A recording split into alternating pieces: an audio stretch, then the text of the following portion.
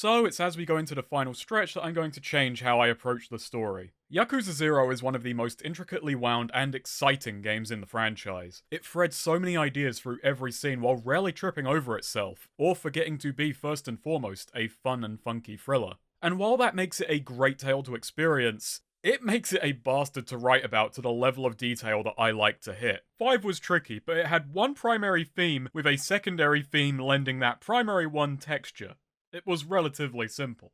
I always have a problem writing these videos, and that's choosing which moments to skim over so I can better zero in on the central point of any given moment. And 0 is a bastard for that, which is a compliment, really, of a kind. From here, I'm going to quickly summarise the plot up until the finale while only touching on a few small subjects. After that, I'm going to go topic by topic, pulling at individual large threads which I find noteworthy. Wait, how long is this section? Kiryu returns to Kamurocho to find that the Dojima are on the hunt and out in force. His home has been torched and he realises that he can't risk going to the Kazuma office. Reina finds him out in the park and has to force him to come take shelter at Serena. They talk about Nishiki and how Kiryu doesn't want to hurt him anymore. She says the two of them are pretty much the same, more worried about the other than themselves. And for all the pain that's caused recently, she's jealous of how deep their friendship is. Now, when I say this, I'm not trying to John's a mistake I made, but I find the fact I mistook her for a childhood friend of theirs come Yakuza 1 kind of sweet in light of that, because she did become part of the gang. Then, Awano's boys file in, having had the place under surveillance. We find that outside, the Dojima have blocked off the road, and the lieutenants are in attendance. Now, I know I'm saying this during Kuze fight number 3, but I think part of the reason Awano gets overlooked in his own chapter is because it's a little repetitive. He ambushes us at Serena twice and gets overshadowed by a man even more repetitive than him. Again. Kiryu once again holds his own, but a sneaky smack attack from the back sends him to his knees. Luckily, unlike Kuze, he gets to keep them. Tachibana comes to the rescue, and Shibs just watches as his brothers fail to capture Kiryu yet again. The two escape to the secret underground parking, due to open 2010. There, the guilt catches up to Kiryu, and he reflects on all the people who've been hurt trying to help him. Serena no mama, Kazama no yasa, Nishiki, sore ni anta mo. Kekyoku ore wa takusan no ningen ni mamorarete ita dake datta. Well, you're more like a lone horse.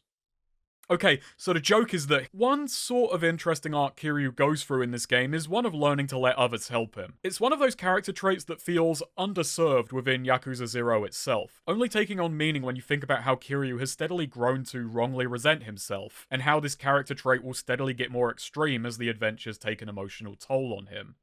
We learn that in his younger days he pushed people away automatically and knew it was a flaw then. It's something he'll struggle with for some time. Tachibana's response is similarly interesting, jealous that Kiryu has friends who would lay down their lives for him, while feeling ashamed he can't do the same for anyone else, a pragmatist who yearns to be more idealistic.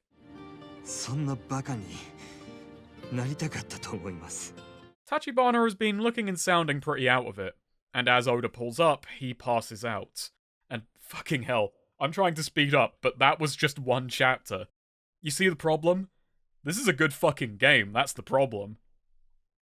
We find ourselves at a hospital in Little Asia. Tachibana's kidneys have been shot since he lost his arm and he needs frequent dialysis. It turns out Tachi and Oda are half Chinese, and without proper paperwork, this is their only option. Still, it does work seeing as the Tojo don't have eyes on the place, though the locals don't like Yakuza, and it's not long before Kiryu's presence is causing a stir. 何か問題か? あんたの扱いについて顔役と話をつけなきゃならない。ただ、あまり歓迎ムードじゃねえようだ。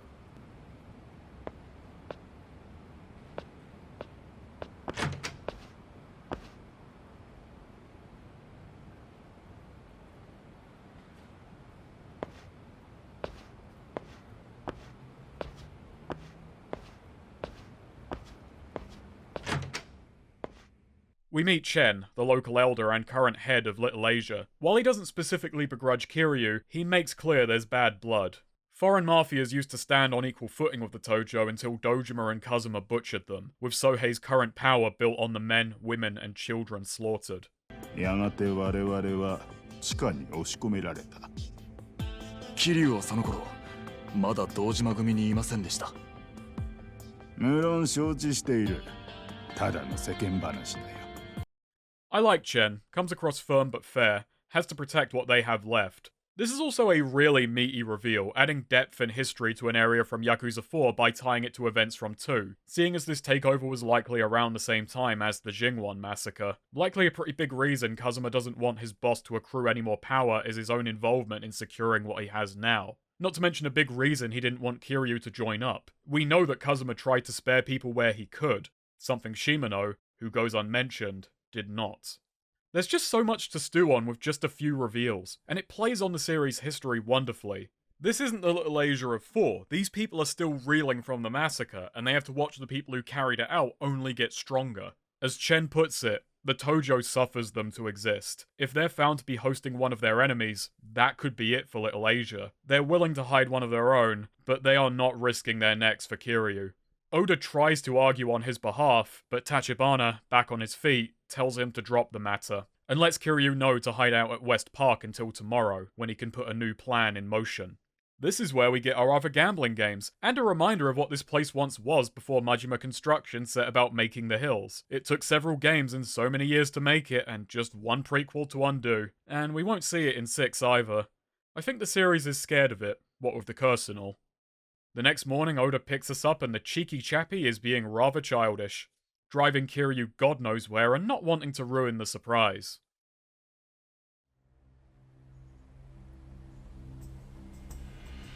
ここはまさか。やっとわかったか。今度から何かするときはもっと早く教えろ。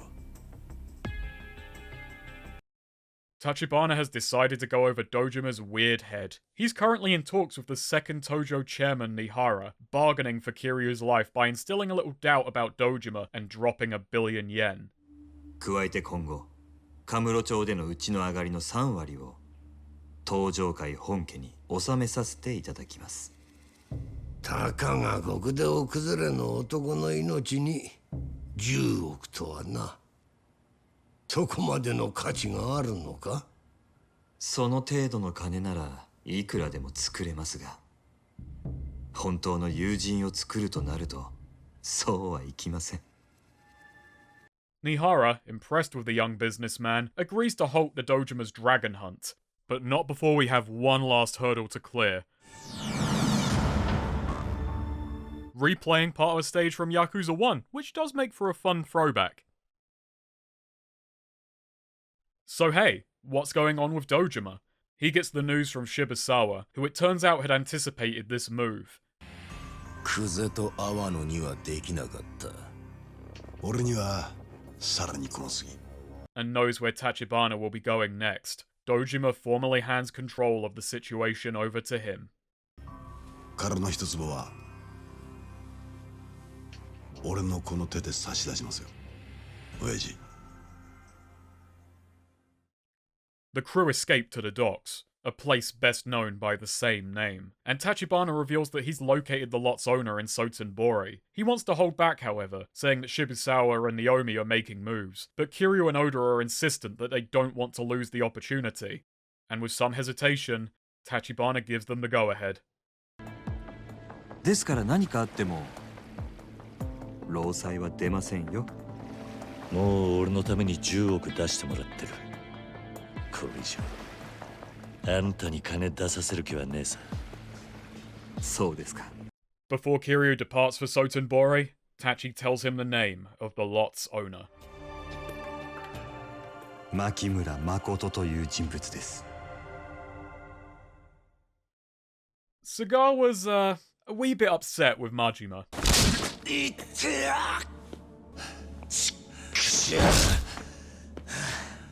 He tells a story from his childhood which reveals just what level of psycho he's at. 確か名前は豆太郎だったかな。動物なんか興味もなかったくせに毎日餌やったりして可愛かったな。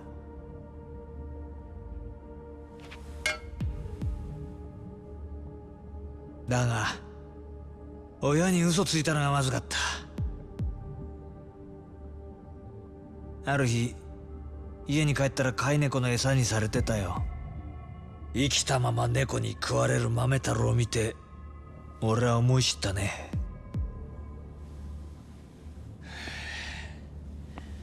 子は親に逆らえないってな。次の日その猫を殺してやったよ。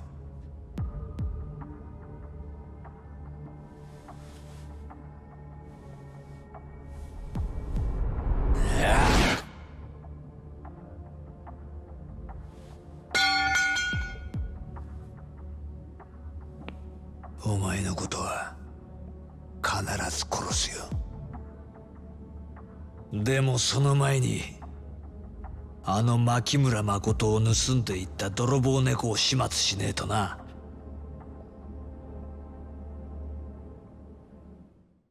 I find this scene really interesting, both because I just find that a chilling story well delivered, and because this is where Majima and Sagawa's relationship really changes.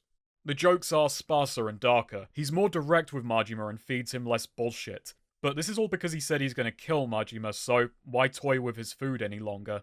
The two exchange details. Turns out Sagawa has had no idea why everyone is after Makoto, just that the order came from Shimano.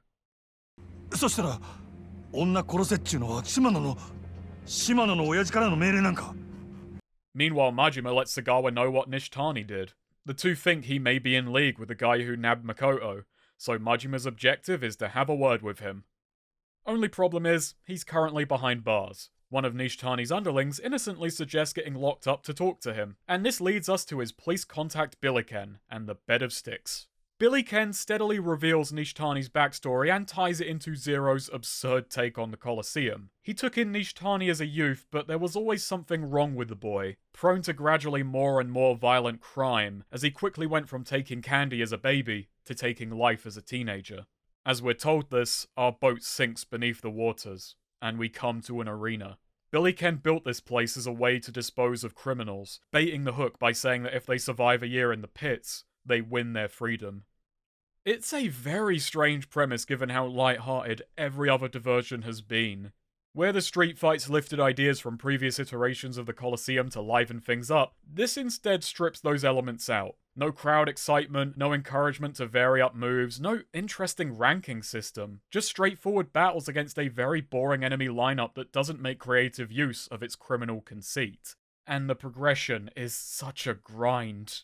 It's a dive in quality. Luckily, it's entirely optional, except for this chapter, where it's used to pad a very gameplay-light sequence with 3 boss fights. A recurring series element, here delivered with a shocking lack of energy. Billiken has been pretty protective of Nishitani, making sure Majima has no ill intentions towards him before he'll allow the two to meet. And now he lets us know why. Many years back, a girl was murdered. It took a year for the perp to be found, and when he was, he turned out to be a minor, and as such faced little legal punishment, so Nishitani took justice into his own hands. The guy Nishitani killed was a murderer, and his victim was Billiken's daughter. So, grimness of the story aside, the point is obvious that underneath Nishitani's insanity, there is some form of morality. And well, you know where this is going. There's still a smidge more to the mad dog, but for now, we need to know about the man in the white suit. We learn that Nishitani occasionally gets himself put in here as a way to relax. せやけど、ここはお上に守られた日本一安全なねぐらや。 He keeps stum until Majima threatens to beat the info out of him, which gets Nish erect. His second fight isn't any harder, the tighter space doesn't really do much to make him more dangerous, and the way he fights hardly changes. Considering before the fight he says no one can get weapons in here, it would be nice if he got a new style and we had ours restricted. But hey, Billy didn't ken that I had a big fucking sword on me. While I'm making super nitpicks, I also wish Nishitani didn't have the standard boss track considering his relationship to Majima's development. Though, I'll admit, could just be that I'm not all that fond of Misery Comes on beat. さすがや。わし、ますます真島君に惚れてもうた。ビリケンのおっさんが言うとったように出会いが違えばええ仲になっとったかもしれへんな。殴り合う理由を持って出会えたんや。最高にええ出会い方やで。なんや急にまっとうなこと言いよって。 It's at this point we get an idea of just how fucked the Tojo has always been. Nishitani explains that the Nikkyo Consortium are a secret Tojo branch which handles wet work above the call of the typical families, and they are led by White Suit Guy, Masaru Sera. Majima explains he's after Makoto on behalf of Shimano with a kill order. Then Nishitani reveals he was hired by Shibusawa with orders to capture her. So, yeah, the Tojo has always been a pit of snakes. Kiryu was lying to Daigo back then. In the future. Nish tells Mudge to ditch Sags and join him, but Goro says no. He explains that if all he cared about was Makoto staying alive, he could sit back and just let the Consortium have her, but it's his responsibility to get her away from the Yakuza entirely. And Nishitani is so won over, he decides to ditch Shibs and go over to kick the Consortium's ass with Majima. Let's fucking go. Oh fuck. I really find it funny how some people complain Nishitani didn't get enough screen time when he said this. Yakuza なんぞどうせ早く死ぬんや。なら後先考えんと。 Joking aside, he's fun and I get wanting more of him, but I think he gets across everything he needed to in his short amount of time. Majima retreats back to Sotenbori, running into Sagawa, and the man is pissed. わざわざ留置所にまで足を運ぶなんて仕事熱心じゃない。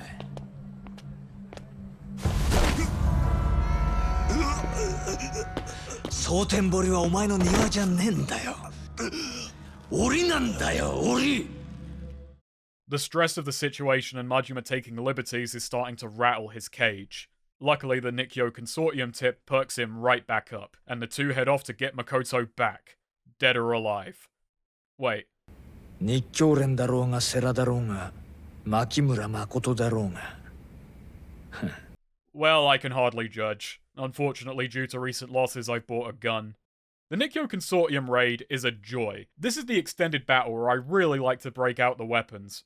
Feels appropriate considering it has a funhouse vibe with constant ambushes from rotating walls, paper doors, and guys popping out of artificial lakes. Perhaps my favourite detail of the stage is when you get to the end there's a tiny waiting room area with a vending machine and modern couches. It's the level design equivalent of a punchline. Very playful. These last two chapters stand out to me. They remind me a lot of Yakuza's 1 and 2, where occasionally a chapter would have an extreme diversion, sudden full story focus on a side character, or a giant castle sprouting up out of the ground, albeit filtered through Zero's sharper focus. I love how the world of Yakuza is grounded 99% of the time, if you can accept the main character's strength anyway. I mean, this is the real world and the issues within it are human. But also, Kappa and gods exist, there's a criminal murder pit beneath a major city, and Majima just fought through a bizarre secret base filled with cartoon traps. I like how insanity occasionally tries to break through, but since everyone just has too much on their plates to deal with, they just kind of forget about it. If you found out aliens and mountain deities were undeniably real tomorrow, how long would it take you to get back to your ordinary life, hardly thinking about it? I bet it'd be sooner than you think. Majima comes face to face with Sera, and he's very curious as to why a 3-year vanished and banished Shimano Sprog is protecting the person his Omi jailer wants him to kill. The fight to get here wasn't meant to stop Majima, but to test his resolve. And the test has not ended. So we fight the future chairman of the Tojo. It's not a bad one. Just kind of bland considering what preceded it. A fistfight in a square arena. And the boss has very few tricks to him. Just a punishing dodge kick which can open Majima up, but that's far from enough to stop us. He reveals to Majima that he just missed Makoto. She departed several hours back in the care of a rather unorthodox real estate firm. Then reveals the real test of determination. The fact that if he pursues Makoto rather than trust that she's safe, he'll be putting her in greater danger. Majima is given a gun and told that if he doesn't believe Sera, he's free to take his life, and the business card in his pocket. Majima realizes that Sera's right and he's ready to walk away, but just as Sera is finishing his piece, Sagawa uses his.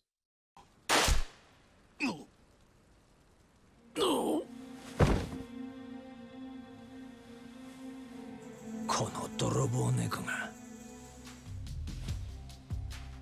こいつか牧村誠を託された不動産屋って。立花不動産桐生一馬。こうなりゃ檻から出るっきゃねえな、真島ちゃん。だってよ、カムロ町行って牧村誠を探すしかねえじゃねえか。こうならよ、地獄の果てまでもあの女追いかけて殺すぞ。俺とお前でな。We flash back several hours to Kiryu and Oda's arrival in Sotenbori, and this brings me to a very dull fact. Noticing that the game opens on December 9th, 1988, I tried to track the days based on the passage of time, and I think the plot takes a little over a week, ending on December 17th, beginning on a Friday night and ending the following Saturday. This information is totally useless, and the game jumps ahead a month after the finale anyway.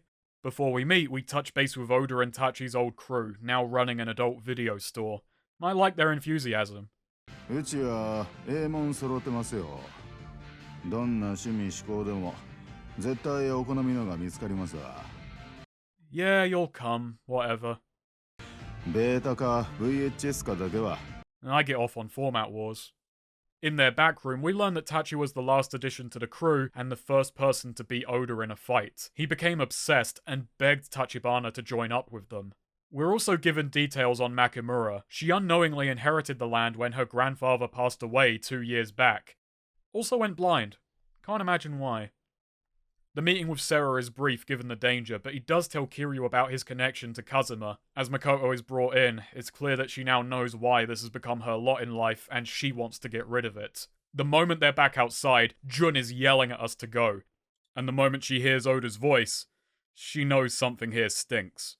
And it isn't Shibusawa, who embroils us in a highway chase. A throwback to Yakuza 1, which really, well, doesn't feel much different to 10 years ago.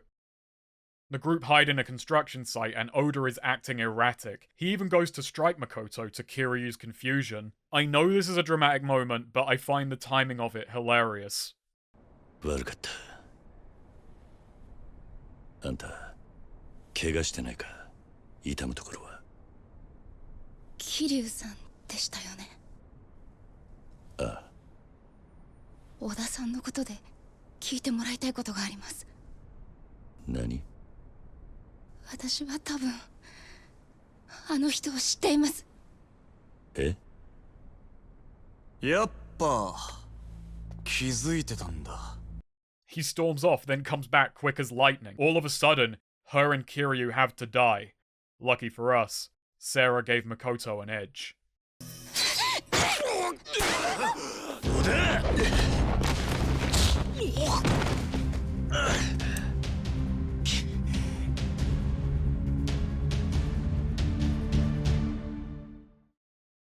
With Oda incapacitated and his bat tat revealed, we get the rest of his story. Tachi lost his arm defending him, and Oda swore that he was the one man he'd never betray, only to later learn he'd sold that man's sister to the mafia.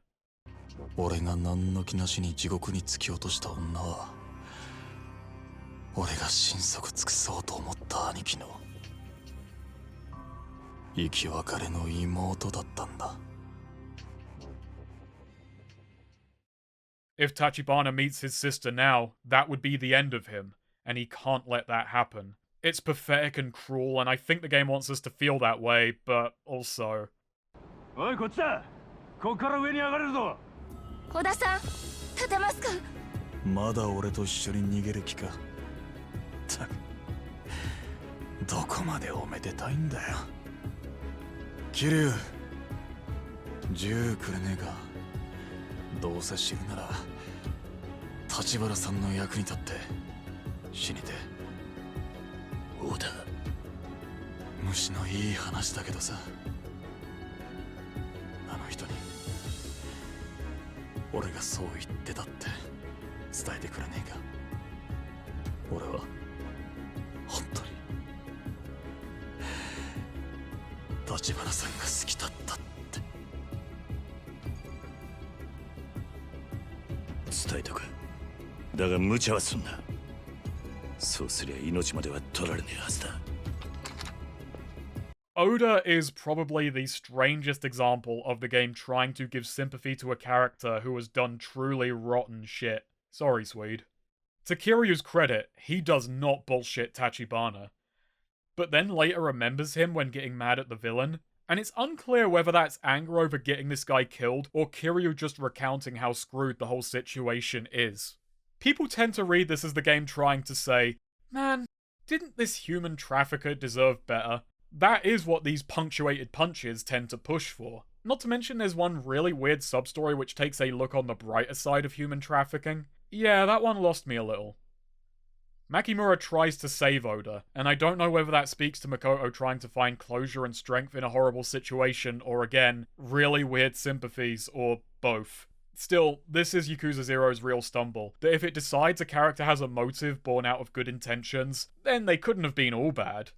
The final villain, Shibusawa, I'd actually consider less evil, but he gets no sympathy because his motives were based on ambition instead of loyalty. And Shibusawa can't be all bad. After all, he kills a human trafficker, who also happened to be his inside man. Oda dies, as Kiryu and Makimura make their escape. 俺は大阪に来るまでもなかった。鬼人会の西谷ってのが大金払ってやったのに下手打ってな。まあ下手打ったのはお前もだ。 At a hotel, we learn that Makoto came to Sotenbori hoping to find her long-lost brother, and now she's on the cusp of doing it. She's scared. Kiryu gives her that pep talk I mentioned earlier this week, and she's good to go.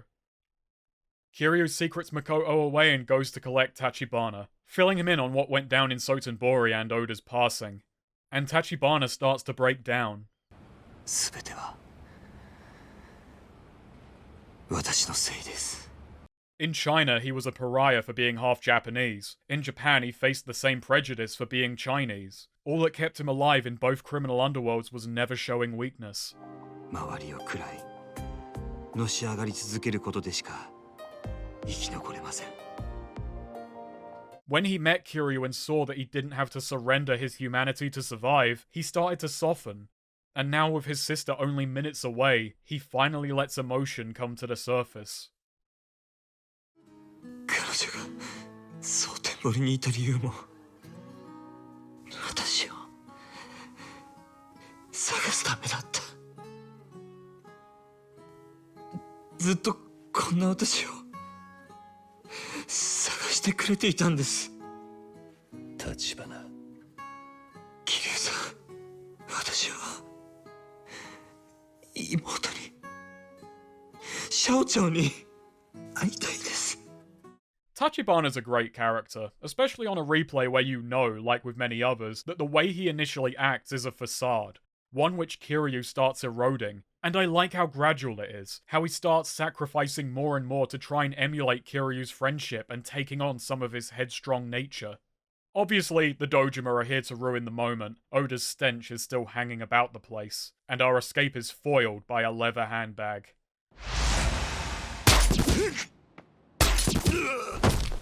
桐生さん。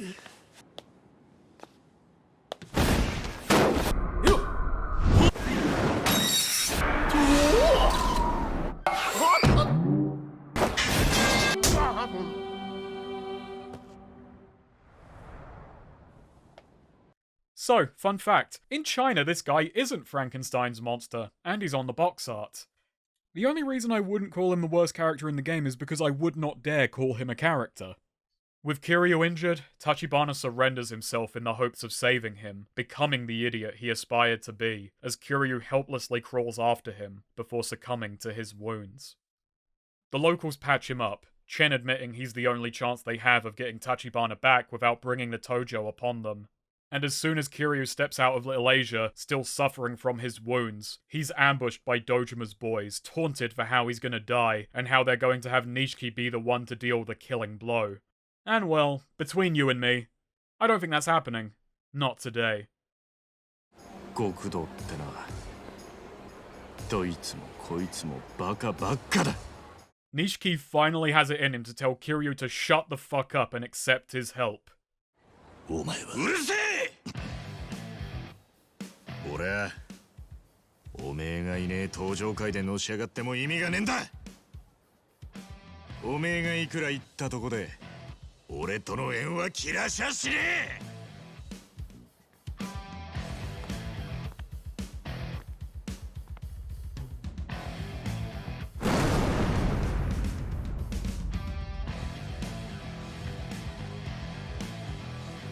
Nishiki is so fucking cool. The sheer brotherhood of the moment fixes Kiryu's bullet wounds, since you heal faster when you're young.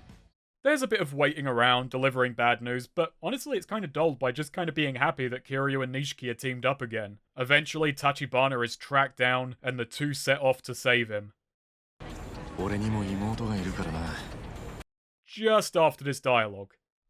Inside, we find Tachibana being tortured by Yoneda! I bet he has stories to tell. As they torture Tachibana, he holds out by trying to logic his way through the pain. And Kuze steps in to stop his bloodthirsty underling. まだわかんねえのか。拷問が通じる男じゃねえよ。いい加減他の手考えろ。I love this moment. The reveal that Kuze's top guy could not understand him less. Yoneda signed on with Kuze because Yoneda is a sadist, and he thought that's what the kennel was all about.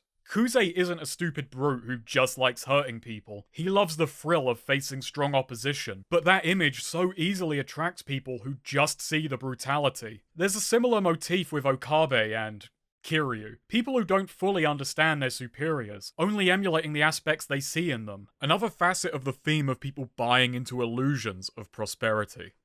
Kuze realizes that if he wants to get anything out of Tachi, he needs to get him away from this psycho, and Tachibana takes the opportunity to get himself killed, trying to protect Makoto.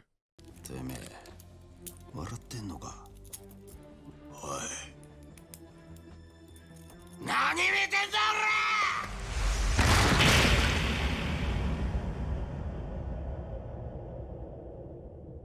バカ野郎が！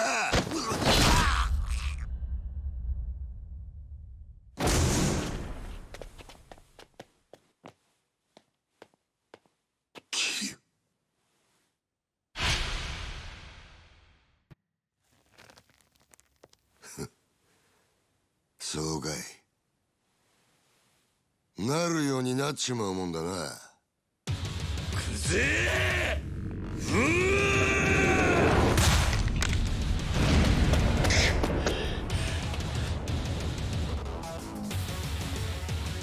！I think it goes without saying, but this is the beast mode fight. And Nishiki's here.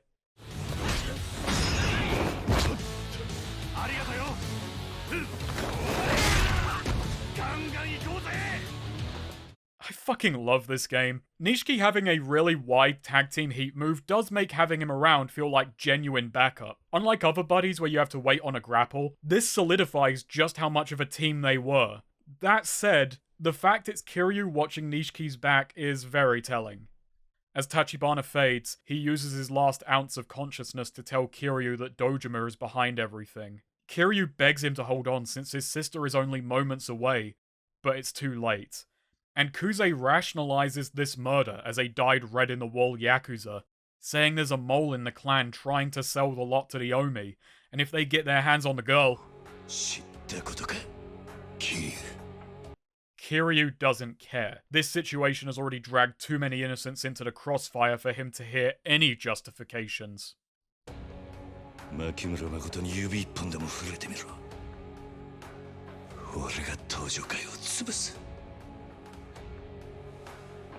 一人残らず叩き潰す。それが俺の覚悟だ。And this moment is what finally gets Kuze to respect him. とうとう化けやがった。本物の極道に。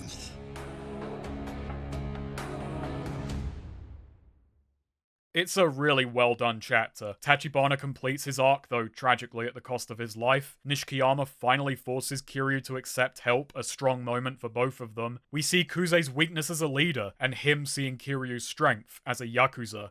Unwavering Bonds truly is, through and through, rad and sad. diving up and down between the two and managing both, not in a whiplash-inducing sub-story way, but a real emotional rollercoaster kind of way. Makoto arrives too late to meet her brother, as they all stand on the patch of dirt all of this blood has been spilt for.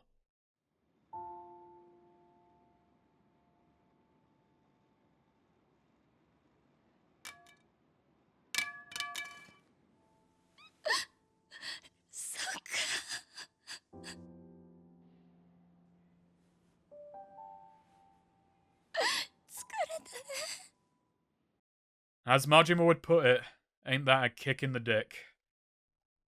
Majima's in town and his hunt for Tachibana real estate isn't turning up squatters.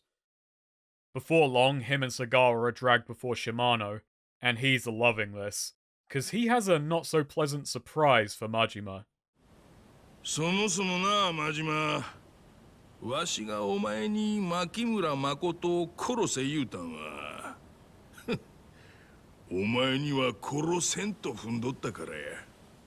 This is ultimately what causes him to break. All the torment he went through was so casually calculated by his boss that he reveals it to him the same way you'd tell a joke. Majima would fail to kill Makoto, and in doing so win her trust. Then she'd definitely sell to Shimano when Majima suggests it.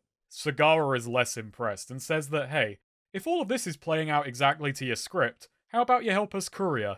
Shimano tells us that finding Nishiki will lead to Kiryu and, ultimately, Makoto, who it turns out doesn't need to be killed. The two congratulate Majima on the good news, but he's just gone.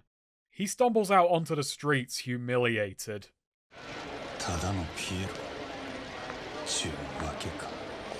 Not even caring when goons start wailing on him.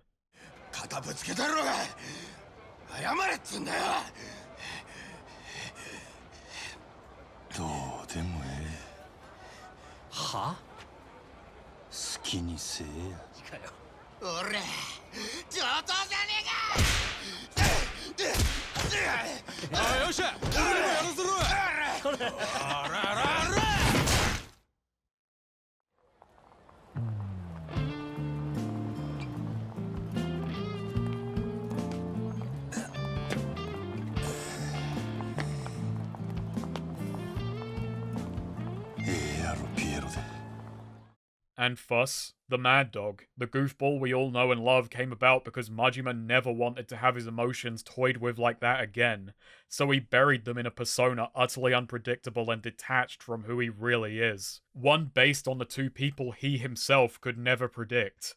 I questioned if the mad dog was always in Majima based on how he shrieks, yells, and smiles during combat. Well, there it is. Shimano put him in a perpetual fight, flight, or funny man mode, and it's going to take a long time for him to step out of it.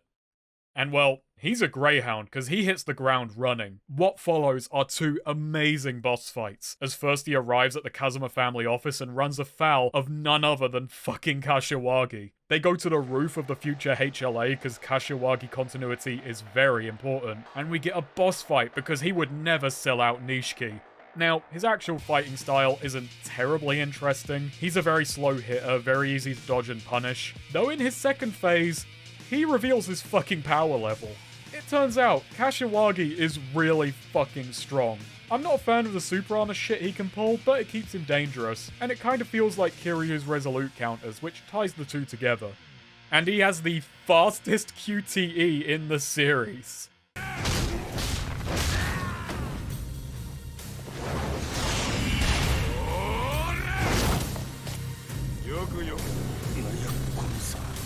There's nothing wrong with him, Goro.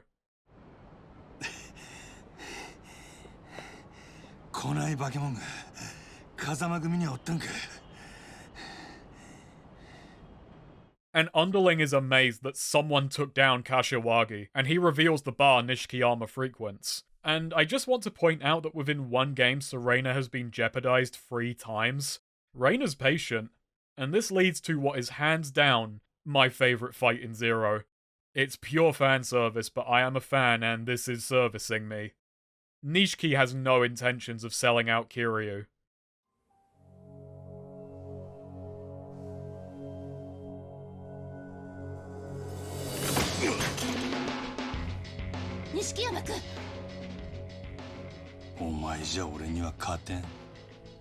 笑わせんな。会ったばかりで俺の何がわかんだよ。今ので何もわからんようやから、お前は俺に勝てんのや。I fucking love this game, though I will confess I did bully Nishiki a little. This is a pretty easy battle. Nishiki's style involves a lot of weak grapples and easily dodged feints, but it makes for a fun back and forth. Shallow as it is, I love this fight because of the QTEs.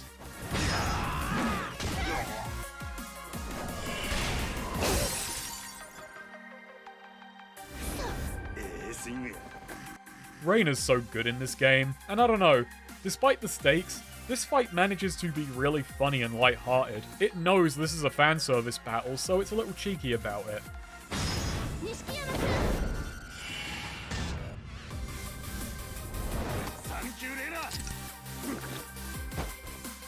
Plus, I gotta talk about the music.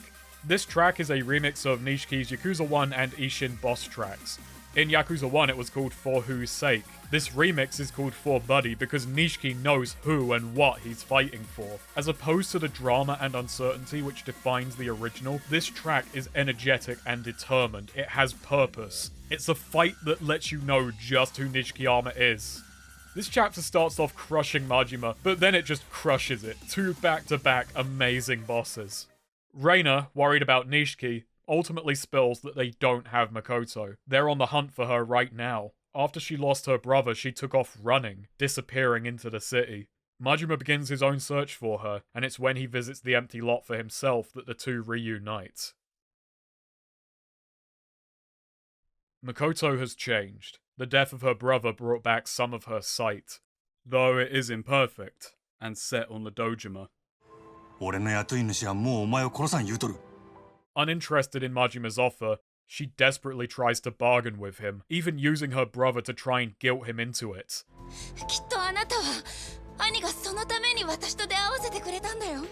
And it's worrying to see her act this way.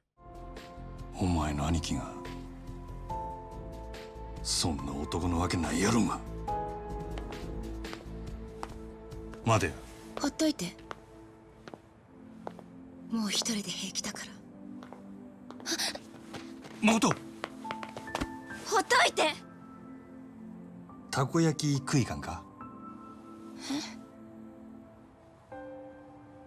またお腹が空いてるから落ち込むんだっていうの。あかんか？いいよ。And as the two walk through town and get takoyaki, they make really awkward small talk. Majima wants to save her, but the best bet he has is slimy and disrespects them both, while Makoto is filled with newfound anger which clouds her regained vision. Them getting takoyaki isn't just a callback for the sake of itself. It's because they're in this situation again.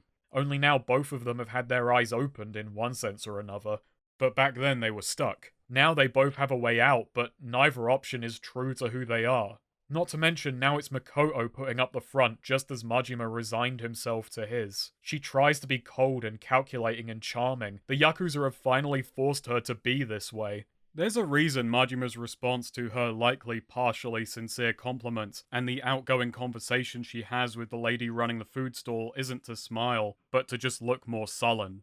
Because she has snapped the same way he has, and he sees the happy person she could be if only things hadn't turned out like this. And is she putting on this persona to win Majima's sympathy? Whether or not that's the case, it's sad either way.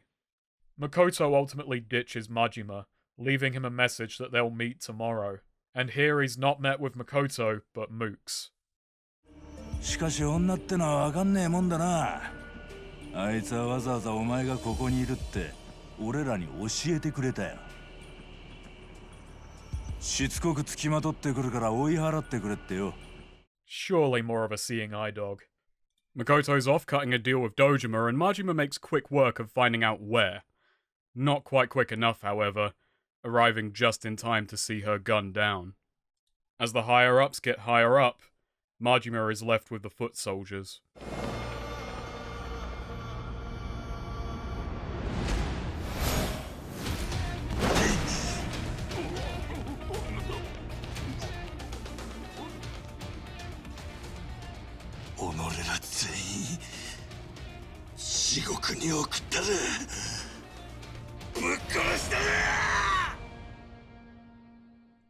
Seems it's time to pull out the knife. You guys earned it. Majima collapses by Makoto's side, and she uses the last of her strength to exposit. She tried to leverage the empty lot in exchange for the lives of Tachibana's killers. Dojima rejects her offer with prejudice, saying that the empty lot is only a problem if the owner can press their claim. 土地の所有者が妙に騒ぎ立てさえしなけりゃ役人もヤクザも困りゃしねえってことだ。あの土地の相続権持ってんのはもうこの世にあんた一人しかいない。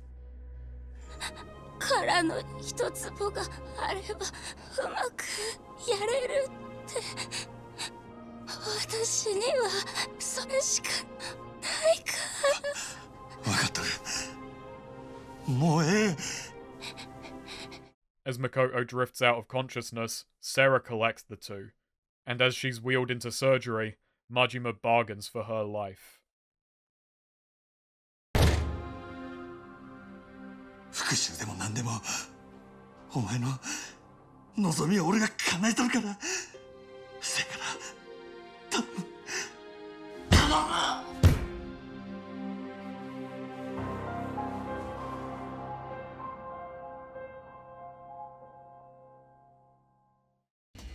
組の絵描くのは風間組、喧嘩番長久世剣能会、面倒な事務方は渋沢組、そして俺は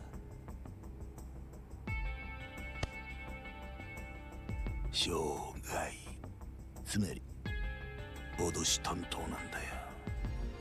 橘不動産の誕生、そして殻の一坪にまつわるこれまでの出来事は全て風間慎太郎という天才が描いたシナリオの上で起こったものだということです。風間さんが堂島宗平に今以上の力を持たれることを恐れていたからです。堂島宗平の力はすでに自分の器の許容範囲を大きく超えていました。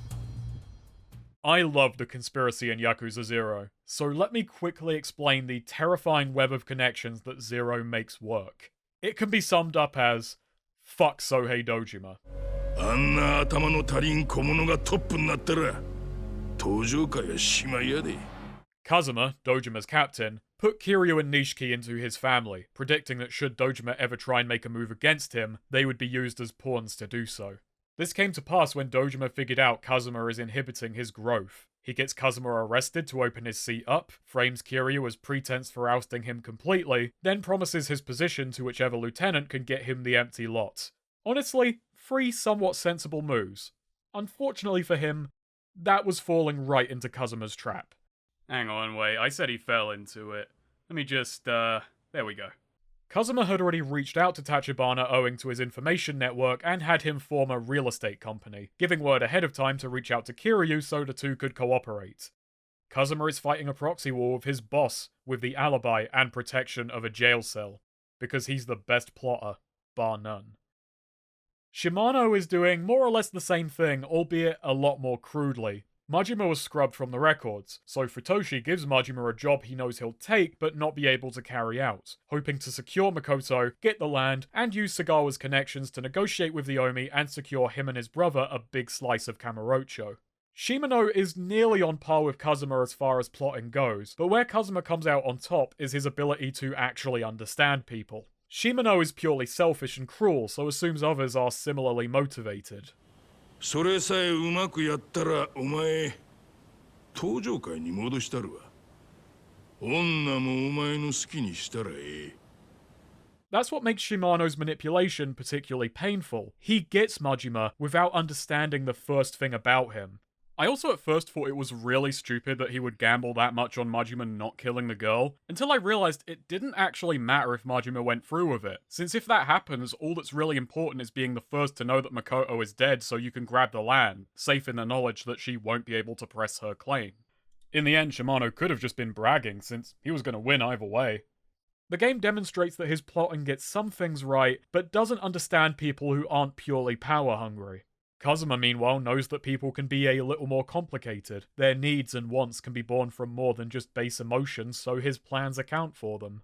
I do find these two a little ridiculous in their foresights, but I can buy they based it off the people around them. These two have known all the pieces in play for years, having both worked under Dojima in the past. His plan has holes in it, and he does lose in the end. Meanwhile, Shibusawa bought out Oda and hired Nishitani to do his dirty work. He was always several steps ahead of Kuze and Awano, but allowed them to make mistakes and chase bad leads, weakening their own position until he could step over them with no resistance. Shibusawa is, in my eyes, the perfect rendition of the schemer. It's clear that he knows things others don't from early on. His words very carefully chosen to lead Kiryu along and trip up his brothers without giving himself away. He grows into his role as primary antagonist gracefully, the stronger personalities of his two brothers acting as the perfect smokescreen.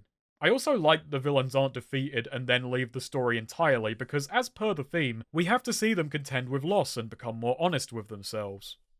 It's a complicated plot, a multi-faction civil proxy war within the clan, and the reason it works is because you didn't have to understand most of that. I just wanted to write it because it's exactly my shit, but the emotional core of the story doesn't depend on remembering these myriad parties and focuses instead on the emotional toll the plot takes on its victims. It's centered on a few key relationships and advances them often enough to make sure they're never boring. Plus, the consistent character switching lets both stories and their mysteries develop without unnatural stops and starts. And, in a brilliant addition, there are recaps every couple of chapters. That goes a long way in making sure the key details, and as such the player, don't get lost along the way.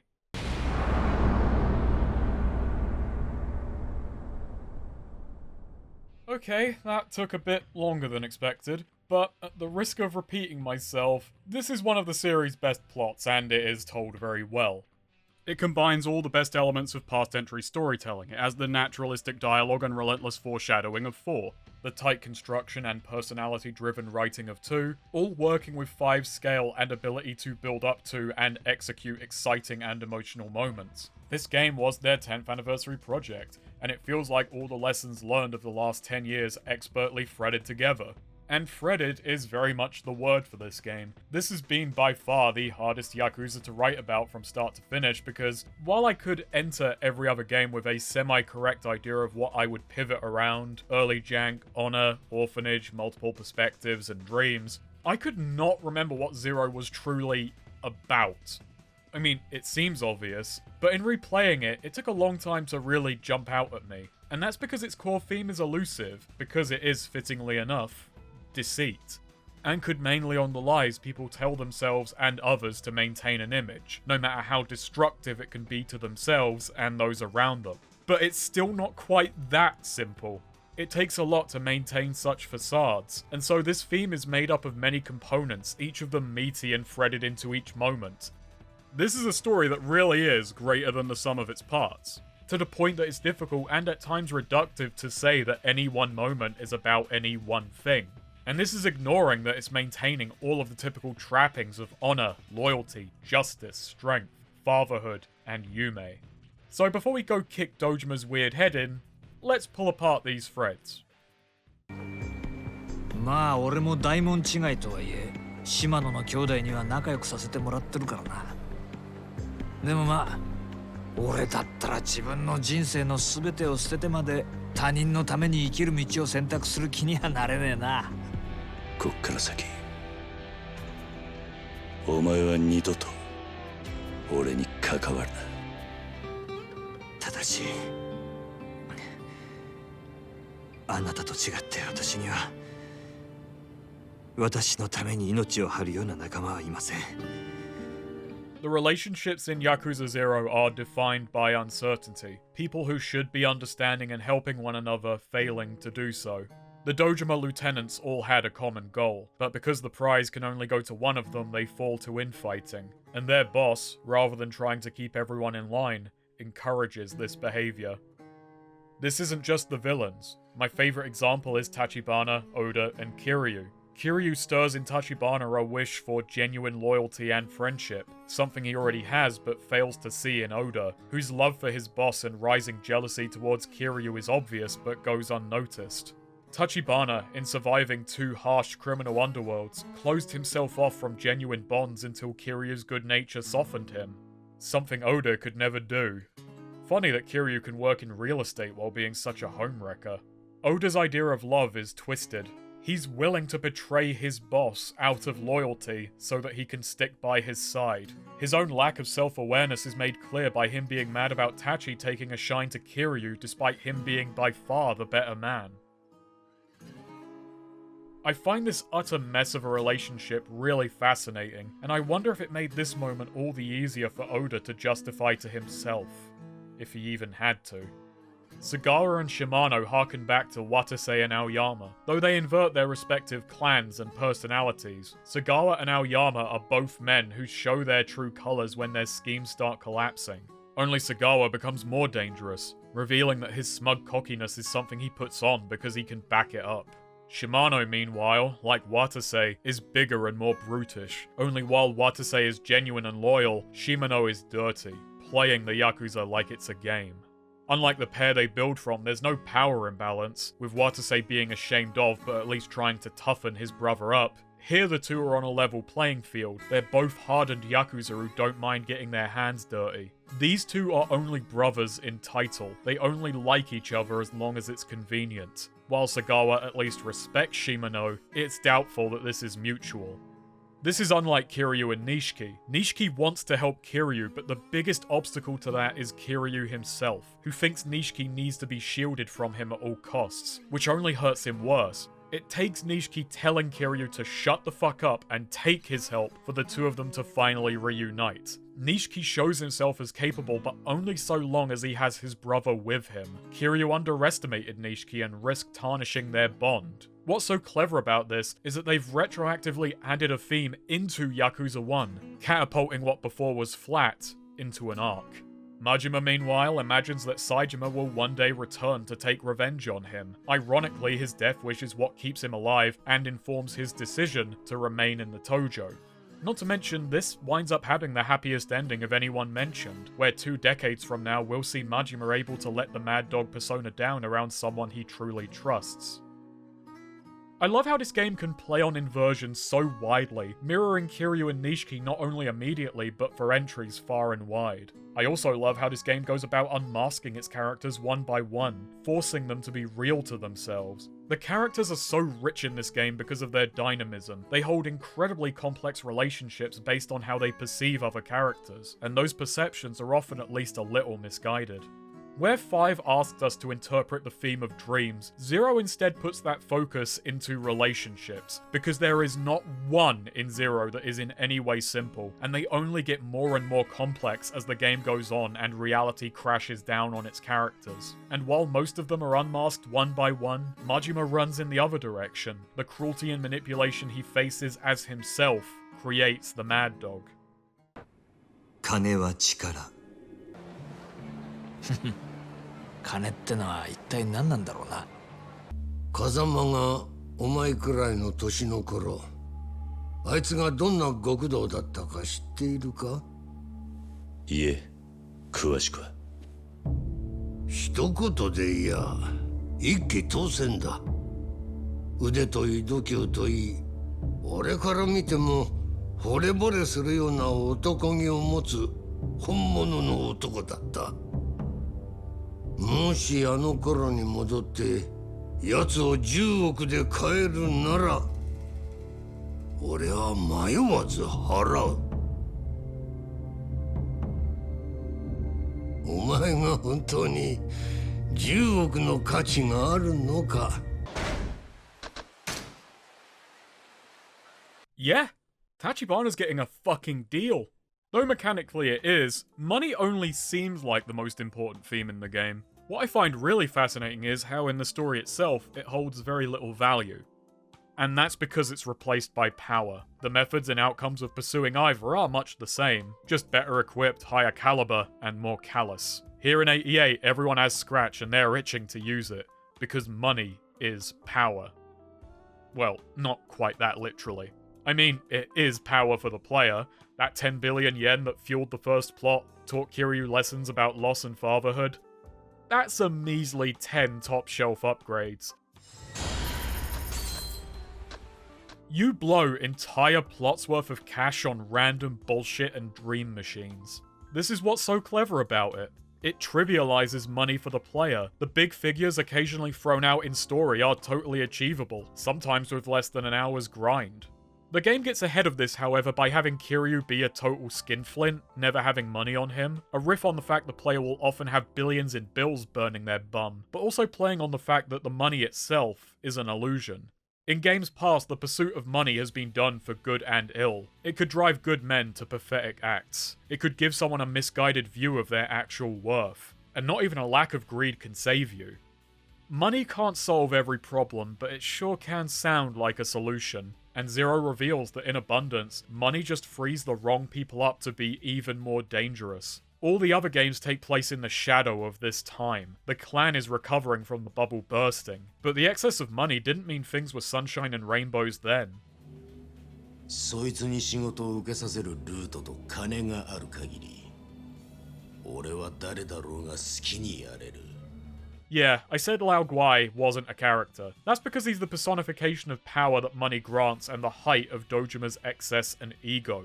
He's throwing away Kazuma, a man of substance, because this one doesn't think for himself.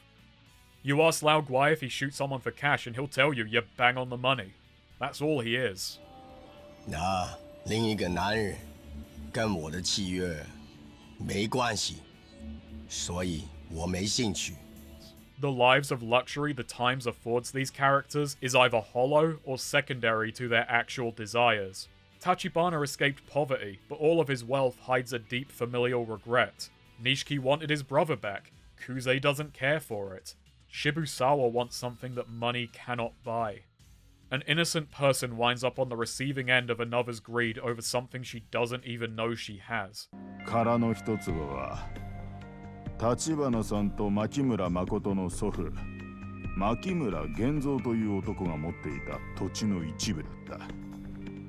牧村は彼女がもし自分を日本まで探しに来た時、そのたった一坪の土地が再会の目印になると思ったんじゃないだろうか。皮肉なものだ。こう思う親の気持ちが今ヤクザの争奪戦に巻き込まれて立花さんたちを危機にさらしている。 What was meant to be a beacon of light to guide a separated family back together became a killing field, with them at the center. Makoto has no interest in the land's value, and when she's finally in a position to sell, she instead tries to flex its power, only to learn how fickle power too is. The long and short is that money didn't get anyone what they wanted. Fuck. ことやってんじゃねえぞ。あ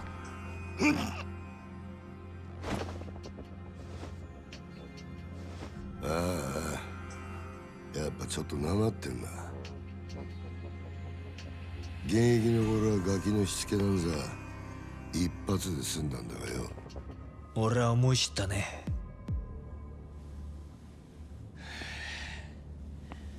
子は親に逆らえないってな。長いこと極道やってるとや。正直てめえの立ち位置が。 The antagonists are all older people who the world has beaten down, and how warped their responses to this were. They do nothing to spare the next generation from suffering the same pains, letting them stick around and venerating them as necessary since they had to go through it. Even Nihara, perhaps the most reasonable authority we meet, fails to see the world for what it is. It's noteworthy that he is the one figure who is solely focused on money. Being at the top of the clan's power structure means all he sees in Dojima is a top earner, not a tyrant in the making. Kiryu begins his journey believing in what he'd been taught by his elders, following a flawed set of rules which it turns out they don't hold themselves to. It exists solely to protect them. We may learn how to defend ourselves from the world, but not every lesson we learn is the right one. And that's because age may not bring wisdom, but rigidity. The antagonists all feel like at one point they might have been Kiryu or Majima, but the world gradually wore them down. We see Kiryu and Majima survive this process, though far from unscathed. Kuze goes from antagonist to rival because where his brothers have let the world break them, he kept fighting. he still holds on to who he truly is, and proves to Kiryu that no matter how old you get, even as you feel your strength leaving you, you don't have to give up. Kuze in turn learns that there is more than one form of conviction. While Kuze may seem like the most simple of these three, he's by far the wisest, since he can still change and adapt his worldview. Both Kiryu and Majima steadily come to learn that the rules aren't there to be followed. They're not even there to really be broken. They're there to be decided for yourself. And that's how the finale begins for Majima. With Makoto alive but comatose, Sera wants to move everyone somewhere safe. Majima, meanwhile, wants to make a move on Dojima. 堂島と差し違えるとでも言うのか Filled with anger and a sense of purpose, Majima even stands up to Sagawa on the way over. As he demands to know where Makoto is, Majima easily withholds the whole truth, and Sagawa's response is to stand down. 女は堂島組にいるのか牧村誠は堂島組の殺し屋に撃たれた。何島野の親父に言うとけや。殻の一坪はもう誰のもんでもない。闇に葬られたんや。おい、どうなってんだよ真島。はっきりしろ。女は死んでるか。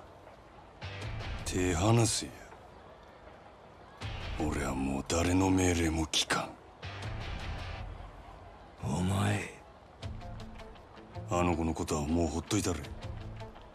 これ以上手出すんやったら島野の親父野郎が殺すで。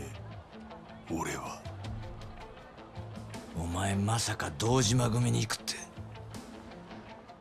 When he first discovered Majima acting against him, Sagawa was filled with rage, but now that his control is totally lost, he goes back to joking, seeming to respect that, no, he can't hold Majima's leash anymore. 狂っちまったな真島ちゃん。狂犬みてえな顔してるぜ。And so Majima assaults Dojima HQ by himself. This is his final battle. He has finally caught up to where Kiryu started, calling his own shot and acting for what he truly believes in. It retains all of the excitement from Kiryu's own romp through the place 20 hours back, and is set to an amazing track, Rain.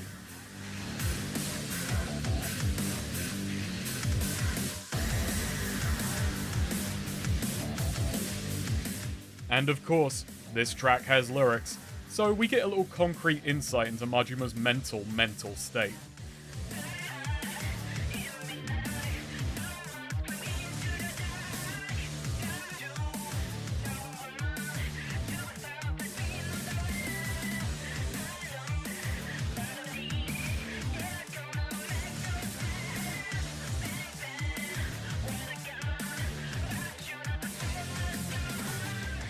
Details Majima's disgust with the casual cruelty of the Yakuza world, and how he'll go on to find his own path. It's notable that this stage begins in the same place as Kiryu, but the course quickly diverts, as Majima both literally and figuratively does exactly that. It's an excellent final sequence, an amazing reuse of half a stage which works off of earlier gameplay and story beats, and the final statement on what Majima is fighting for, because this is the first time he truly gets to decide that for himself. His rampage is interrupted by Awano. 18人殺しの冴島大河の兄弟分 I think you mean the brick shithouse of... What was that guy's name? I am a little thrown that Awano basically flash steps into being Majima's penultimate boss, as the two have little actual connection. I can kind of see it. Majima was a nightlife proprietor and Awano is properly into the nightlife. One wants to escape back into the Yakuza world. Meanwhile...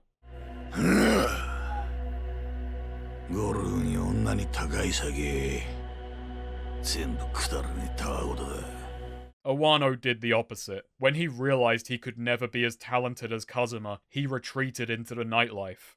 And this is where these two finally run into each other.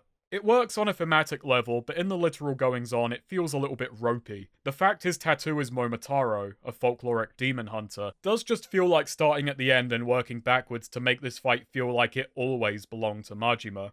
And that goes into me having mixed feelings about this fight. I think Awano's character really comes through in that his fighting is clearly rusty, but he hits like a truck. Showing that he may have really had the strength to get to the top if he didn't give in. Not to mention that as he gets way more dangerous in his second phase, you have the added vibe that this is him getting back into the swing of things, the rust coming off. On top of this, he gets an amazing track that's weirdly melancholy.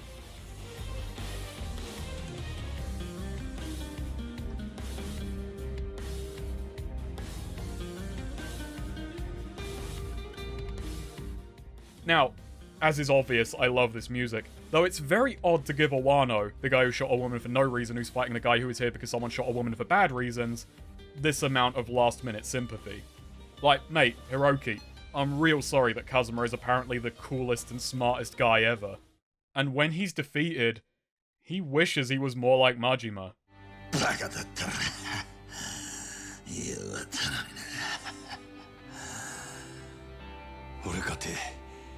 そないバカ正直に生きてきたわけやない。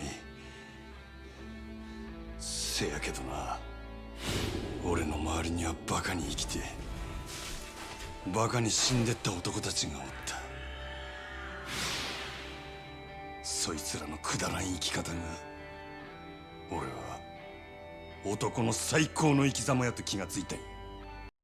And in walks a metaphor. Awano dies protecting Majima, and his boss can't bring himself to care. お前らだけはもう何があっても死んでもらわな収まらんのや。せやないとあの子は黒い闇から逃れられん。油断するなよ。地獄の底まで引きずり込んだるわ。堂島！Majima's final boss, Lao Guai, Makoto's would-be killer against Makoto's could-be killer. Failed hitman versus the best on the continent. The man who was used versus he who does what he's told. And it's not terribly enjoyable. A tricksy weapon user who at one point combines the two worst enemy types, gun and knife, into one style. They knew what they were doing. But it does really feel like Majima's final test. A true under Mad Dog battle where advantages are hard to come by, and as the battle goes on and Majima steadily disarms him, you get the feeling you are finally, truly stripping Dojima of his power, bringing his own reign to a close. Sorry to drag out Dojima a little, but we've still got to deal with Kiryu. Sarah brings him an update, letting him know Makoto's location, Shibusawa's likely next move, and that he can trust Majima. He'd be happy to hear it. And lastly, his connection to Kazuma. Turns out that all along, Oji-san has been playing Kingmaker, calling back to Yakuza 1 when he made Kiryu the 4th chairman. At this time, Sarah is his pick to lead the clan, so he's been trying to get the lot into his hands. Sarah advises Kiryu to get out of Kamurocho and lay low until everything blows over. Kiryu, though obviously frustrated, is actually ready to sit and do nothing. What amazing character growth. Sadly, on the way over to West Park, he's given something to do. As the clan closes in, I'm kinda disappointed by how it all plays out. Kiryu sends Nishiki to warn Kashiwagi, then beats up one entire group of goons. I guess they already did the big cross-city battle, but come on. I wanted to tag team it with Nishikiyama for a bit. I think 5 does beat 0 in raw excitement and scale, but then 0 knows to let a player nip off to Kanrai to heal up between a few fights, so it swings and roundabouts. And as Kiryu storms down Tenkaichi as civilians flee from the carnage, we find Kuze alone. Well, I'd run. あんた一人か。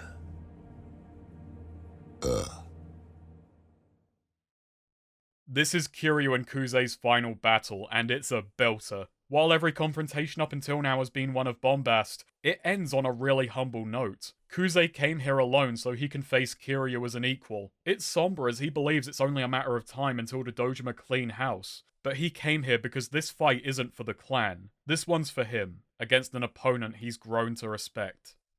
俺を今動かしてるのはな、男の意地ってやつだ。決着つけさせてもらいます。クゼの兄貴。いいよね。上出来だよ。いつでもいいぜ。殺 I adore how low-key their final confrontation is. A battle where both sides are risking their pride is also one where Kuze has seemingly swallowed his. Not attacking the Kazuma office is a show of goodwill, likely going against his boss's orders to do what he feels is right. A little bit of Kiryu has awoken in the guy. He even gets new music, Oath of Enma, a more melancholy mix from Pledge of Demon. This battle is less heated. Both of them know that whoever wins, this is the last time they'll likely face each other. There's no distractions, no bullshit, no brass knuckles. So it's time to be respectful and break out the legend style. Kiryu, oh my, Kiryu, that's insulting.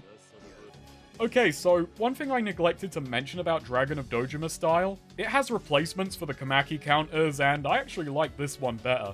It puts a spin on things. It should probably cost heat though, because it's pretty powerful and very forgiving to trigger. The Tiger Drop equivalent drains the tank. And speaking of the Tiger Drop, you see that? That was a Tiger Drop, and it didn't drop Kuze. But that's not the important part. Kiryu takes Kuze's hit head on and doesn't even flinch, showing how much stronger he's gotten since their first encounter.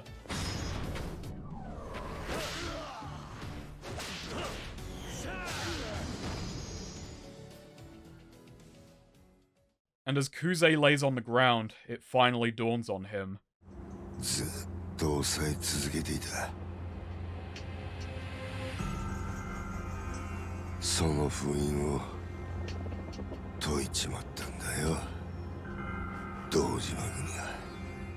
Yeah, and the Tojo isn't going to learn. They made Kiryu so that he could unmake them. And Kuze, having judged Kiryu as worthy, gives away what Shibusawa is truly doing. He told Lao Guai not to kill Makimura, using her as bait to hit the Nikyo Consortium, currently residing at the docks, better known as Kiryu! The two race over just as the attack begins, the assault being led personally by Shibusawa, who looks like he's just having the time of his life. Nishiki is uncertain, things look grim, but then...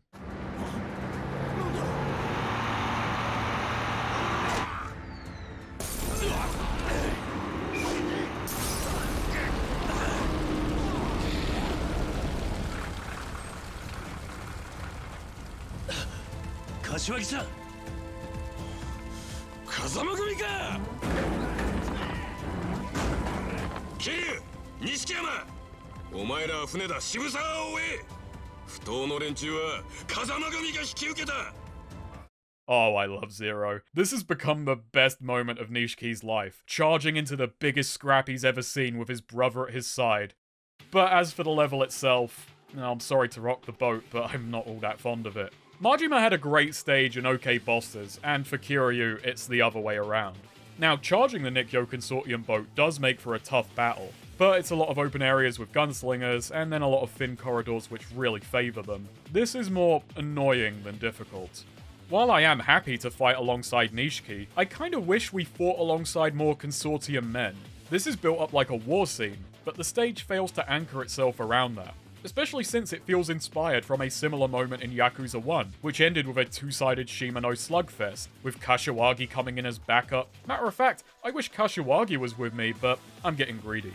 I do have a slightly thematic reason for wanting this, and that's that it further emphasizes the difference between Majima and Kiryu's stories. Where Majima fought alone every step of the way, Kiryu always had allies backing him up. Kiryu, 俺がここで連中を食い止める. Well, in spirit, and occasionally with gunfire. And up on the deck, Kiryu comes face to face with Shibusawa. He sends Makoto and her nurse away, treating them as props to demoralize Kiryu, and then reveals what he wants. この手で始末する。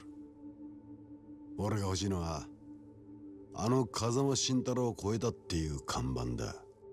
More than money and power, Shibusawa, it turns out, wants glory. His dad, an aide to a politician, was the cause of all of their success, and took his own life when he was made to take their fall. Shibusawa sought out a world where his successes would be his own and he could author his own destiny. He found himself in the Tojo, before learning that even in the underworld were men penning the scripts to people's lives. And what makes this worse is that unlike the shitbag politician who drove his dad to an early grave, Kazuma earns his station. あんたの父親を死なせた代議士とは違う。そんなことは分かってる。I like Shibusawa because he does represent an absolutely horrible combo in a really believable and grounded way. A petty man who wants to force others to respect him.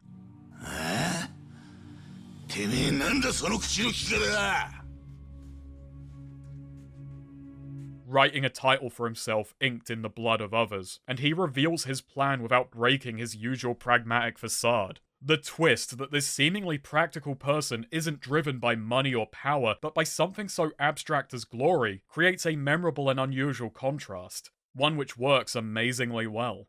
Especially since he remains just as calculated as he explains this, showing the depths he's willing to go through and justifying so much bloodshed for such a shallow want. Shibusawa ties all of the game's ideas together in a really succinct way, while taking the theme of money and power one step further.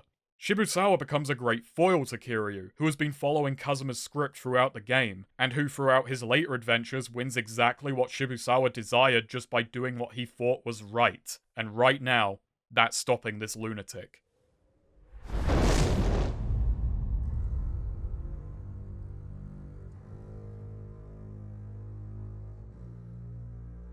Ryu 背負ってんのはお前だけじゃねえんだよ。お前を殺し、風間を越えて、俺ら堂島の竜になる。俺はそんな肩書きはいらねえ。だが竜は一匹でいい。Yeah, not the last time Kiryu will have that argument. お前の言う通りだ。付き合ってやるぜ。そのくだらねえ戦いに。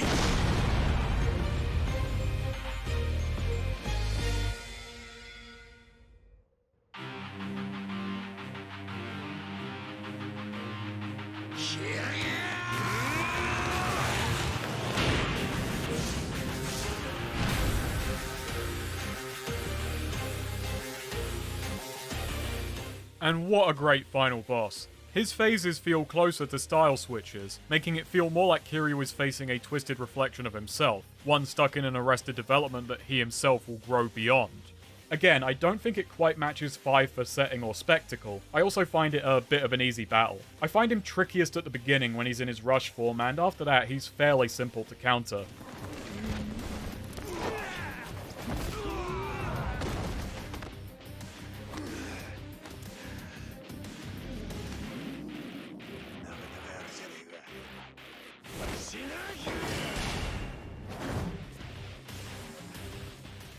The beast portion that follows can be over pretty much instantly and is by far the funniest part of the whole thing.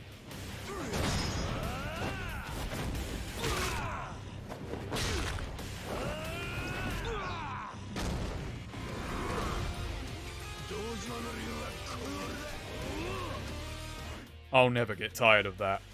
This fight does have a unique story to it. After the rush phase, any idea of grace goes out the window. This looks a lot more like two men just trying to beat each other to death. Shibusawa's latter styles really emphasize that, and in the QTEs, Kiryu meets him in kind, going to town on him with uncontained rage. The way the battle ends is really well done, though it's not something I'm fully sold on. This battle is incredibly exciting. Defeating Shibusawa is victorious, and the way Kiryu goes to town on him starts off as cathartic.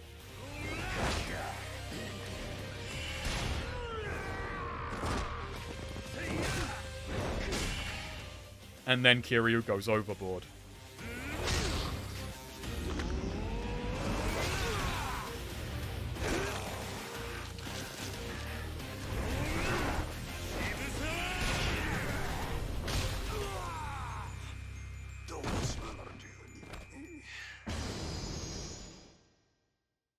This is a situation that later in life Kiryu would have complete control over. He'd keep his emotions in check and wouldn't let someone get so far into his head. But when Shibusawa realizes he can't beat Kiryu, he decides to break him.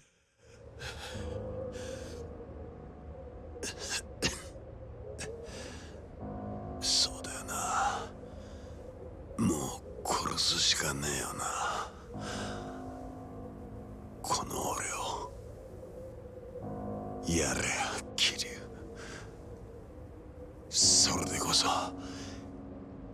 間慎太郎を継ぐ本物の国土だ。 And it almost works. ダメだ。桐生超えちゃならねえ。 Weren't you in a gunfight downstairs? Did I never tell you about the highway to hell? Okay, joking aside, it's a strong moment. The face capture work is brilliant. Kiryu really looks like Nishiki just pulled him back to reality and he had no idea what he was about to do. It plays on the tragedy of what we know will happen to Nishiki, perhaps a little too heavily, but besides being a really sweet moment, I think it's about as clever a way to work Nishiki into the final showdown as can be. He couldn't be in the final fight, but this lets him deal the finishing blow, defeating Shibusawa in a way Kiryu alone could not, denying him even the power to die on his own terms, and giving Kiryu something of an extra dimension as to why he avoids lethal force in his later adventures. Shibusawa stares at the sky with a blank expression, having suffered total and utter defeat. As the villain of a prequel to a 6-game deep series, we know that his desire for glory and the legacy he so wants will come to nothing. Very coy, very sneaky. Even missed his chance to be in a samurai game. My very slight issue is basically the same thing as handing Awano over to Majima. Crossing the line really hasn't been that much of a concern in Kiryu's story. So this last moment, while good in its own right, feels a little unsupported. This was not Kiryu's struggle. It wants to tie these two stories closer together by, at the last second, adding an element from the other, but it feels just a little too slight.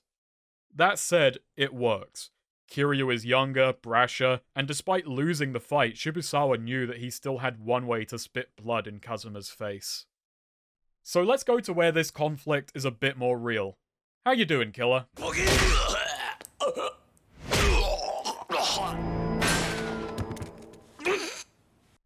Majima is about to deal the killing blow before he's interrupted by Sera, bringing everyone the good news that Makoto has woken up and signed over the land to him. The age of Dojima is over. バカな。それじゃあ、殻の一粒はあの土地はどうなった？堂島組の時代は終わったってことです。 And this does nothing to calm Majima. くだらん話はええ。 This is a really uncomfortable moment, and I love the way it ends this conflict, both internal and external. This is 100% Majima, not the Mad Dog. He's ready to kill these two. This isn't getting one over on Shimano for being predictable anymore. This is genuine bloodlust for the sake of someone he loves. Being stopped short just shy of the finish line leaves Majima even more conflicted. The whole game has had him witnessing death and readying himself to take a life. And now that he has every reason in the world to do it, he's told to stop. Sera's speech about burdening the person you're killing for with a debt they can't repay, bringing up Saejima, and even telling Majima that letting these two live with the damage is an even worse punishment doesn't lift Majima's spirits. Because by now, he's sick of the whole Tojo. よくこらえたな、マジマ。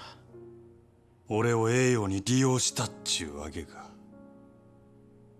島野の親父と同じように。ここに来たらたまたまお前が一人で堂島組を潰してたってことだ。Que sera, Sarah? Majima goes to leave in disgust, having managed to not cross the moral boundary he's been fighting against but still unhappy. Then Sarah stops him. お前の親父、島野に一つ伝言を頼めるか。お前が奴に登場界を裏切ったけじめをつけさせろ。Ironically, what Majima does next will kill two people. He heads to Shimano HQ and finds Sagawa enjoying a smoke, content in victory, a win that Majima tells him isn't coming. And again, Sagawa's response is really interesting. そっか。じゃあお前が島野を殺せば全部終わるってことか。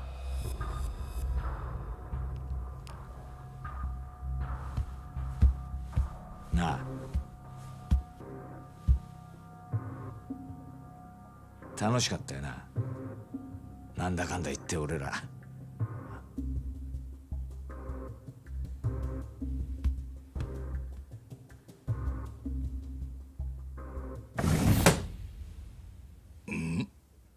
And then Majima, sick of all the manipulation he's gone through, makes his own play. 東上界内部に関西と通じてる裏切り者がおるそうです。セラは親父に身の潔白を証明してほしいと言うてます。おもろいやないか。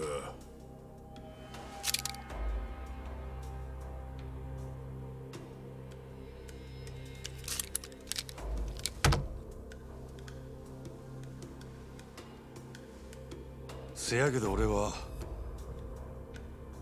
何があっても親父の子ですわ。Shimano turns the gun on his Omi guest. This is a low victory for Majima, able to successfully manipulate his boss and Sarah while working the situation to his advantage. 2 birds with 1 stone and 2 guys with 1 sentence. But what Shimano did effectively killed Sagawa, his own sworn brother, and he doesn't even seem to care. The tragedy is, this is about as much of a win as Majima can eke out. 真島五郎中最強の武器が手に入ったんやからの。可愛い子には旅をさせろっちゅうのはよう言うたもんやなあ、真島。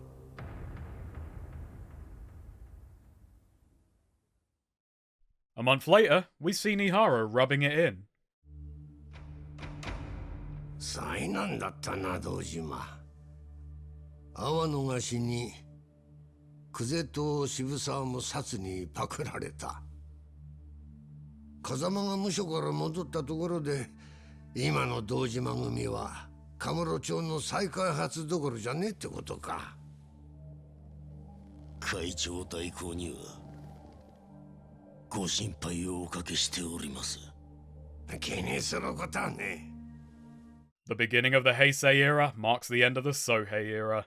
Very unfortunate. And Dojima can only sit, seething in rage, as the vacant clan captain spot he's been badgering Nihara to fill is handed off to Sarah, with the position of chairman pretty much guaranteed. And despite waiting a whole game to see Kazuma, this is what we get.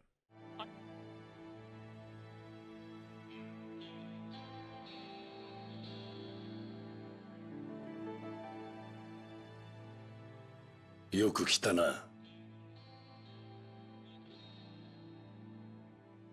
すまなかった。苦労をかけたな。今日はおやっさんに報告したいことがあって来ました。多分おやっさんは俺の言うことに反対します。それでも俺は。そうか。おやっさんには俺がこれから言うことわかるんですね。ああ。だができるのか、カズマ。覚悟は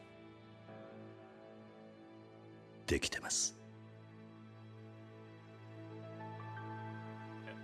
I have a few thoughts on Kazuma. When I first played this game years back, this line from Shibusawa stuck with me. お前が思ってるほどまっとうな男じゃねえ。殻の一坪にしても最初は堂島組のお家騒動だった。そいつに何人もの仇を巻き込んで死なせたのは結局んとこ堂島の親父に弓引いた風間じゃねえか。何が言いてえ。あの風間の頭ならいずれ女や立花が危険にさらされることも想定できたはずだ。つまりあの人だっててめえの描いた絵を完成させるために。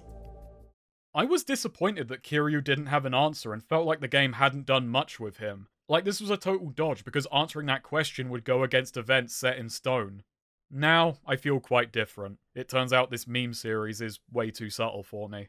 So much of this game is Kiryu learning about Kazuma from other people, realizing how little he really knows about him, and that he isn't the paragon he makes him out to be. Kiryu does respond to what Shibusawa says.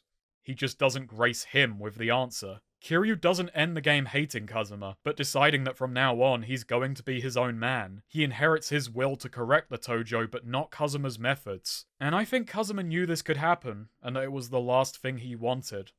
Kazuma's treatment of Kiryu is really messed up, and I think if he was a real person and you said that to him, he'd agree. The thing is, Kazuma wanted Kiryu and Nishiki out of the Tojo from day one, and one of the goals in his plot was getting him out. He set Kiryu up with a civilian job while having him ejected from the clan, likely hoping he wouldn't or couldn't come back. But his plot still involved putting Kiryu directly in the line of fire pretty much throughout, against a family renowned for torturing dissenters.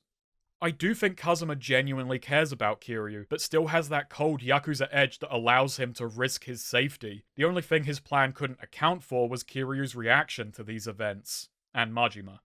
And just like Majima rebelled against Shimano, Kiryu does so here, by not taking away the lesson Kazuma wanted him to. I'm interpreting here.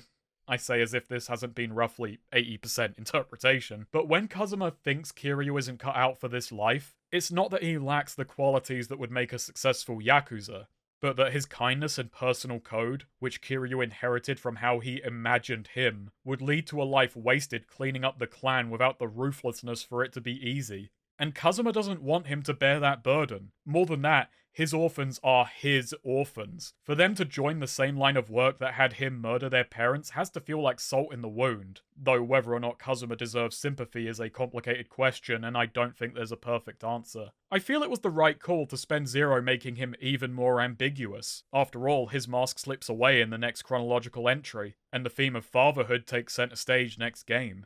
So as we end this thread, we find Kiryu with some new ones. With this suit, he's going to decide things for himself from now on.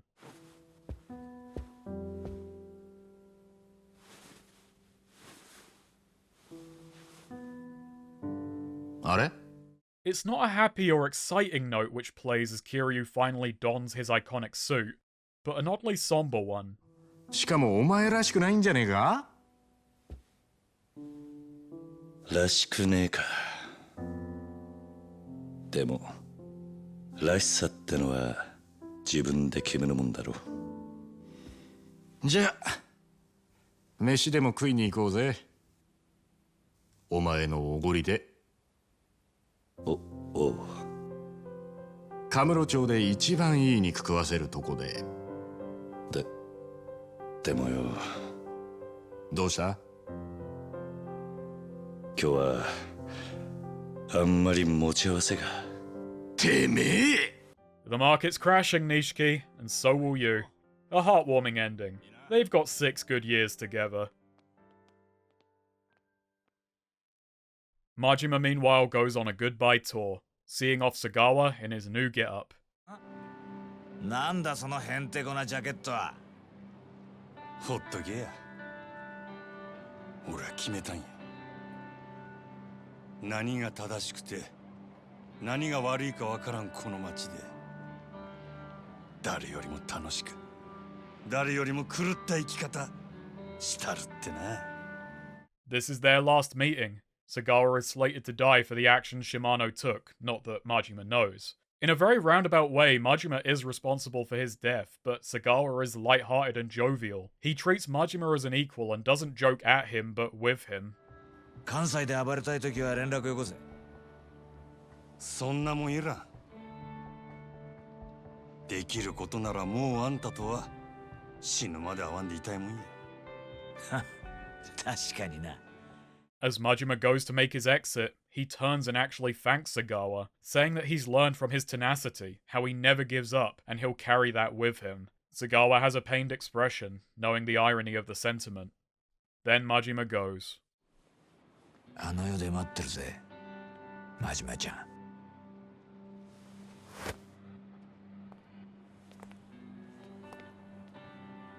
はあ、ずいぶん早いお迎えだね。さ、俺も行くか。な。I'm just broadly explaining what happened because while I really like Sagawa, I don't fully get him. And I mean that in a good way. I find him one of the most fascinating characters in the series because of his odd temperament and charming dialogue. The range of emotions he manages to inspire in me is so broad. Like, hate, amusement, fear, curiosity, sympathy, disgust, pity. Continually intriguing, one of the best Yakuza villains, if you can even call him one. The way he goes is particularly tragic. And I like to imagine part of his last moment empathy for Majima is that they both wound up victims of Shimano, used by him at his convenience and, in Sagawa's case, discarded. I take it that knowing he's licked and this is all over, he wants everything that happened to have meant something. I don't think he's ever truly hated Majima, and he doesn't want Majima to hate him. I think even in this moment, he was trying to keep Majima alive, weird as it looks. The pain he feels being called tenacious by Majima is because at this point he is resigned to his fate, though he meets it as himself, with a dark joke. There's a wonderful stabbing irony to it, but he decides to send Majima off believing in what good he saw in him, not dragging him down one last time.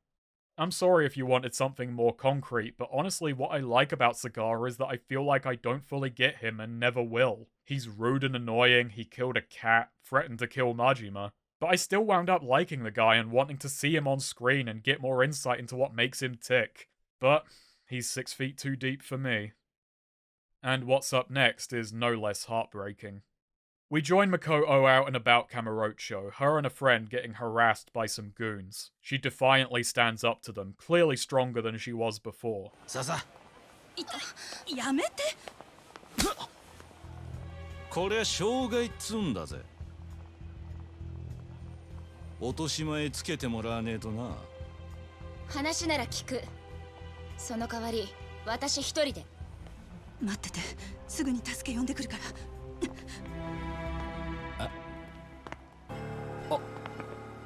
兄貴。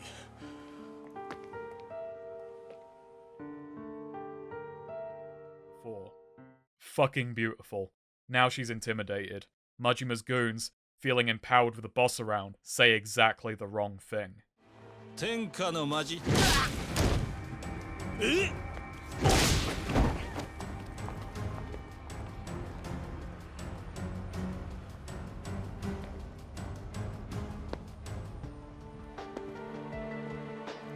Again, fucking beautiful. This whole moment is. Majima knows that he loses either way. He wants her to recognize him and really hopes she doesn't. In this moment, he either loses the love of his life, or she loses hers. He's stuck between not wanting to lose her and feeling that it's best that he does. He stops his goon short from saying his name, but then stands before her, giving her every chance to make the connection and figure out who he is. When Makoto's friend comes back, having fetched the doctor taking care of her, Majima quickly pieces together that he's developed feelings for Makoto and encourages him to act on them, all the while testing that he's worthy of her. He's decided he wants her away from the Yakuza, and that includes him. そのげんこつがそう言うとる。愛している。俺は嘘が大嫌いやで。嘘じゃない。彼女に話したことさえないが。なら、はよ言うてやらんかい。で、そばでちゃんと見とけや。しっかりせえ。As Majima leaves, Makoto watches him fade into the crowd.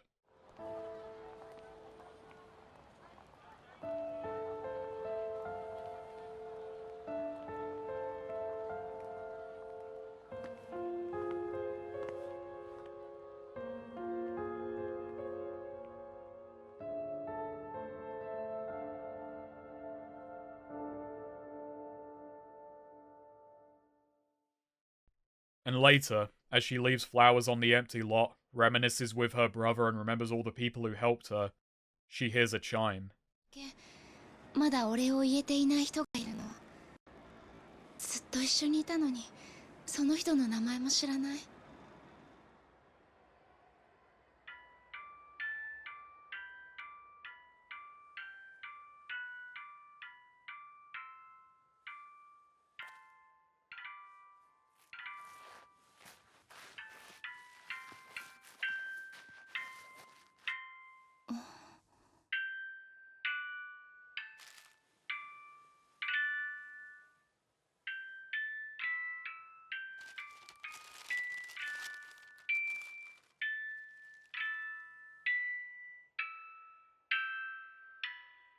An emotional slam dunk. Tears right through the net. With her once broken watch returned to her, the depth of the gesture is obvious. You have your life back. Go on and live it without me. God, this game is so wonderfully wound. Doing 2 Makoto bits basically back to back, ignoring credits, which I won't, should feel like it's trying too hard, but no, it lands twice. And with Majima cutting Makoto out of his life, the game ends on a fateful meeting.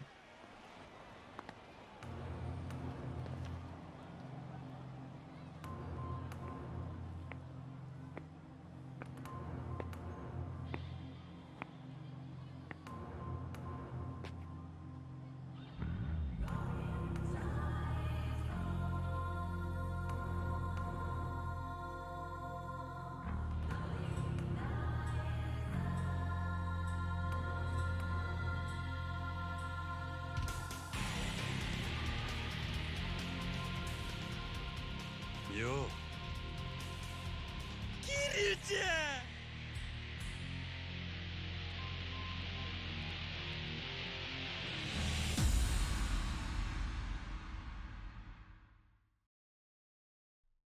There it is, one of the best Yakuza stories. This game, which goes full throttle in everything it does, manages to have such restraint as to save that for its final moment. It knew what it was doing. And so, we hit credits. Now, unlike the opening, I like the English localized track and the Japanese one pretty much equally. Though again, I have more to say about the latter because it has lyrics rich with meaty meaning. The English track is a bittersweet melody which really captures the feeling that for all of the hardship the characters have endured, they've earned a moment of peace. It gives me such a melancholy but hopeful vibe that I find particularly affecting, especially when the credits are in the correct place, after Majima disappears into the crowd, a sad expression on his face, knowing that he, as the Mad Dog, did the right thing, and hating it. We get cards explaining what everyone went on to, and it turns out, even with a prequel, the game can do a fucking Kiryu death. Fucking Yakuza. But this brings us to Kurenai.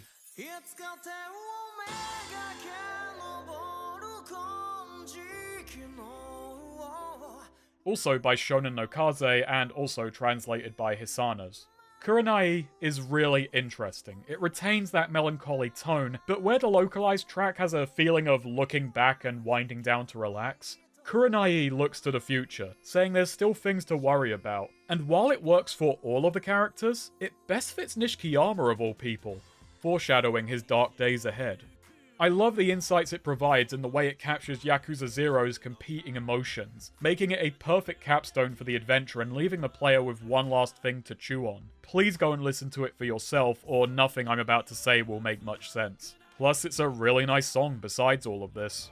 Like Bubble dances into and out of the illusion, Kurenai does the same thing, but a lot more introspectively. It's a song built on contradictions and cognitive dissonance, with the singer steadily having a harder time keeping them apart. The song opens confidently, singing about going right to the top, no more wavering, no turning back, before the singer immediately falls into questioning themselves before reflecting on the past. Will they actually be good enough when they reach the top? Will they hurt people? Will they still even be themselves? It then talks about growing up poor and never having anything. They call ambition their compass. They escape the orphanage and never want to endure poverty again. They knew they shouldn't join the Yakuza but were helpless before its glamour, almost justifying the decision to themselves. And now they're stuck, knowing this world is insane and unfair, but they can't quit now. As the song goes on, the contradictions get closer and closer together. While at first they'd been verses apart, now they're right next to each other, line by line. Two of my favourite parts. I know that a grown man shouldn't cry out loud, so I'll sing instead. My heart is being torn to shreds, but I'll act strong, look my best, and let the lies pile higher and higher. At this point, it's obvious they know everything is wrong and it's only going to get harder, but they're going to grin and bear it. This kind of battle is driven only by pride. You have to tell me, please, does it mean anything? Real men don't cry. They don't ever give up. Somewhere in my heart, I know that it's a lie. And yet, like the idiot I am, I'll keep believing it. I've seen people question why Kiryu or Majima went back to the Yakuza. While I think they have plentiful reasons besides just keeping the timeline in check, there it is. It all boils down to pride. They know this decision doesn't make rational sense. They can't leave this life. Their egos won't let them since they still have something to prove, even if they're totally unsure if there's any meaning behind it. Even if they know it's full of shit, they want to believe in it. They have an ideal and they want to make it true, even though they know it probably isn't. It makes everyone really sympathetic. Kurenai is fucking beautiful, and I love how it turns out all of the characters were acting come the end on their heads. Yeah, turns out that was a fucking front too. Of course everyone is actually riddled with doubt, and after everything that's happened, why wouldn't they be? Turns out they are wiser than when they started, but they've still got so much to learn and so much room to grow. And that makes for a perfect way to close out a prequel. This may sound crazy after how much praise I've given it, but I don't find Zero to be my favourite Yakuza. Cop-out answer as it may sound, I don't think any of them are. I like different aspects of all of them, and well, that's amazing to me. This series that is so samey can still have each entry feel really distinctive. Through comments on each video, I've seen such a breadth of answers on which game is everyone's favourite, and that speaks to the series' relentless tweaking and imagination. It fights not to be stagnant, and so far, it's been a winning battle. There are series with fresh maps every game, but it doesn't matter since those new worlds feel long dead, while same old Kamurocho keeps living on. I genuinely wonder how intentional that is, but game by game, while a clear through line exists and doesn't break, the characters and world all pivot around different ideas and interpretations. 5 and 0 existing in the same franchise is kind of mad to me. Despite all things, however, I'd argue that Zero is just as theme-focused as its forebear, just that the themes it pursues are far more varied and require a subtler approach. I've compared Zero to a lot of former games and said what it built on, but what is Zero's unique strength? Well, besides being more energetic and having cash everywhere, I'd argue that Zero's greatest strength is that it's actually, and this is ironic for its grubbiness, the cleanest game in the franchise. There is no wasted energy, and everything connects to each other in really fascinating ways. It's a boring and utilitarian way to look at it, but Zero is just amazingly constructed. It knows how to get all its elements working together harmoniously. For example, the money system feeds the town wandering, it feeds the level up system, it feeds the side stories. And it feeds the plot. A plot which manages to bring together more ideas than the series has ever handled simultaneously, but it makes them all work, alongside some of the tightest plotting and best character writing the series has ever had.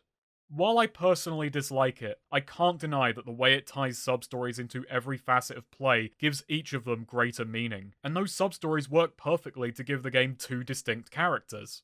Well, I mean that figuratively. The light and dark, comedy and drama, letting the player go from one to the other to unwind and create their own highs and lows. The Yakuza series is, for me, the ideal of what an open-world sandbox should be.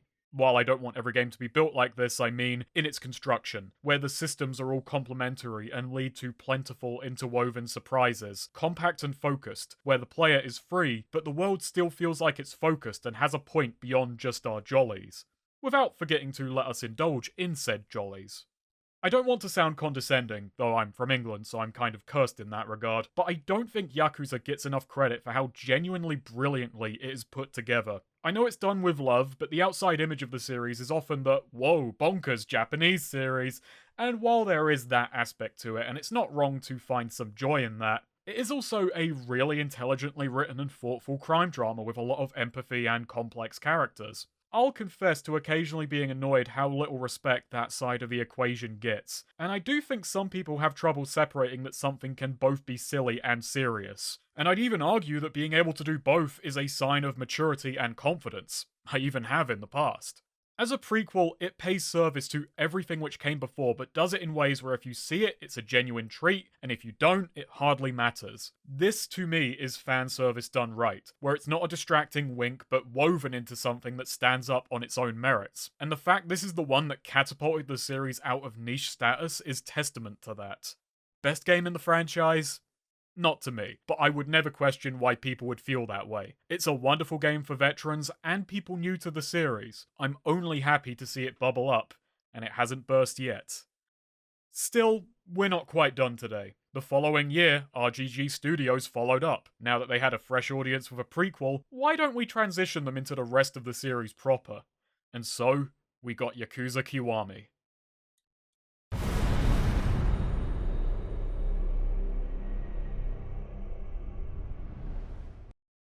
Okay, so a disclaimer. This will not be a full analysis nor a deep dive on KIWAMI itself. This portion will serve as a comparison to 0 and the original Yakuza 1. What's new? What's different? How do I feel about it? KIWAMI didn't leave me with a ton to say that I feel others haven't already gone over. I actually find KIWAMI a charming oddity. It feels like it's simultaneously trying to be an expansion pack to 0, a sequel to it, and a remake of the first game, and it doesn't know which of these three it most wants to be. That sense of completeness from 0 is completely absent. KIWAMI feels fractured, and it may be me being the jank man, but I kind of adore that about it. But as for actually playing it, I'll just say that if I wasn't obligated by video to do it, I would not have finished this game. But that's not out of spite. It's more that I see what its value is, and know that it isn't for me. In fact, let's talk about remakes. I generally don't care about remakes. This is going to sound ridiculous because, I'll admit, it kind of is, but the kind of remake I have the most respect for is the one for Final Fantasy VII.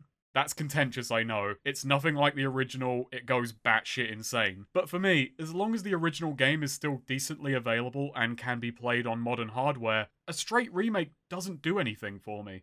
I'd prefer a new thing or putting a mad twist on an old thing. But that doesn't often happen.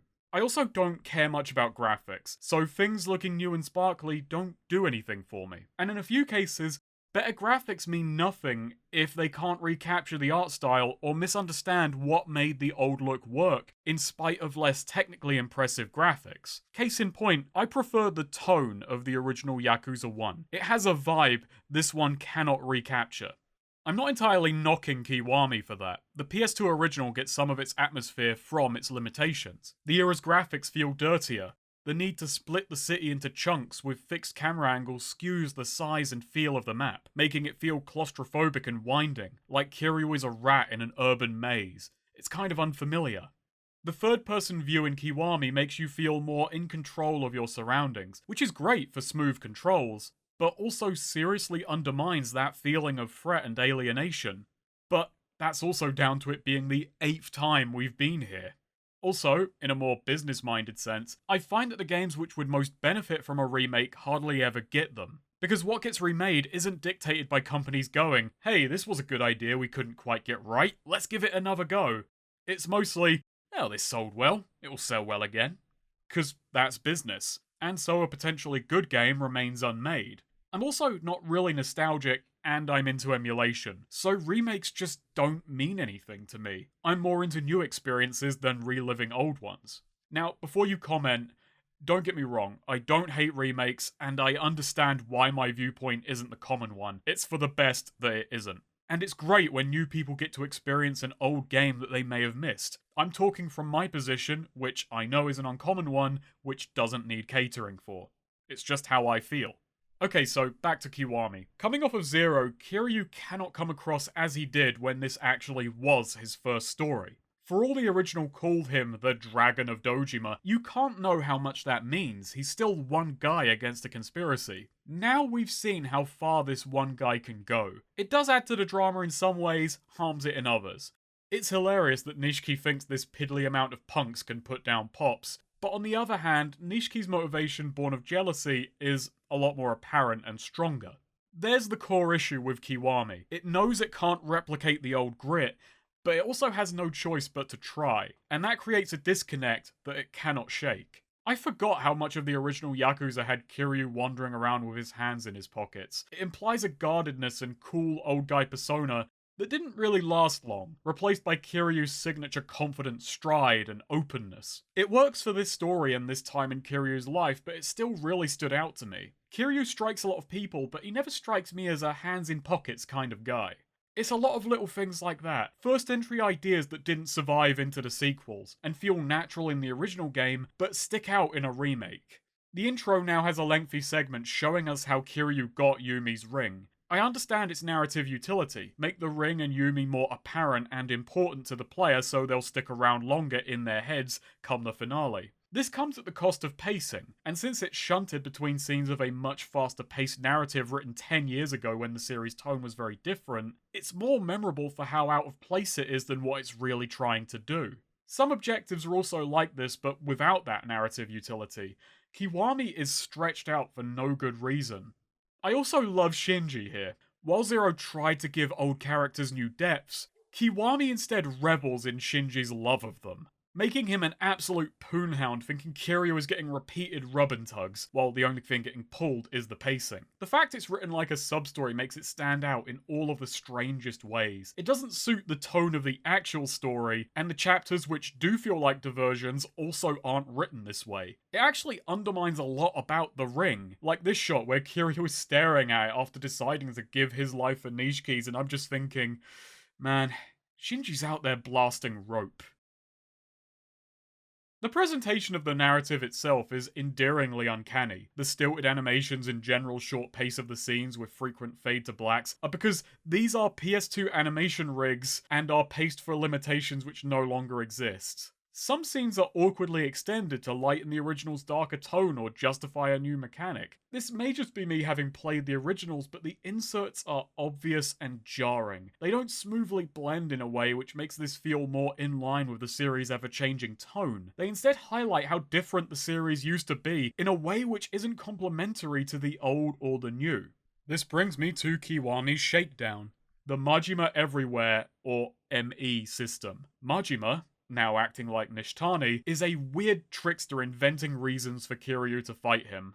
Like Shakedown fit the theme of money, this is weaving Majima into the theme of Kiryu becoming the dragon.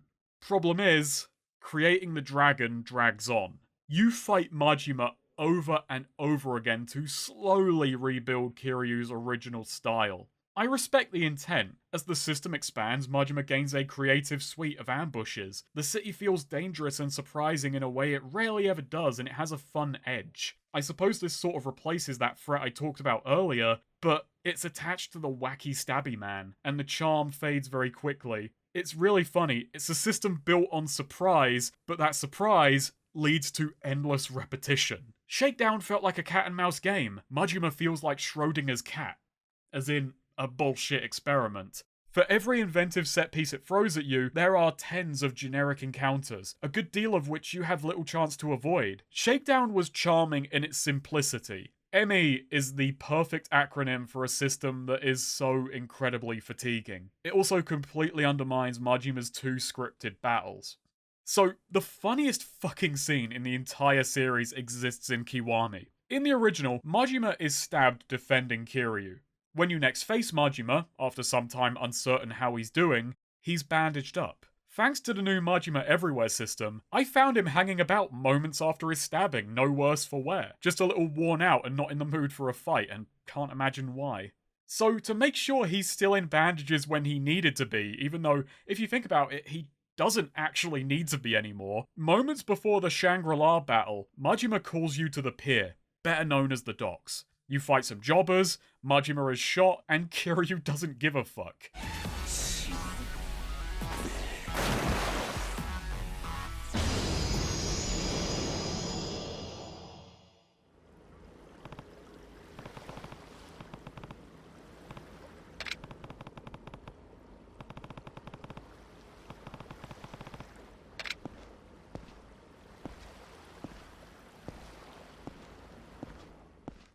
The moment is so stunningly tacky and cheap feeling. It guts the pacing more than it does Majima.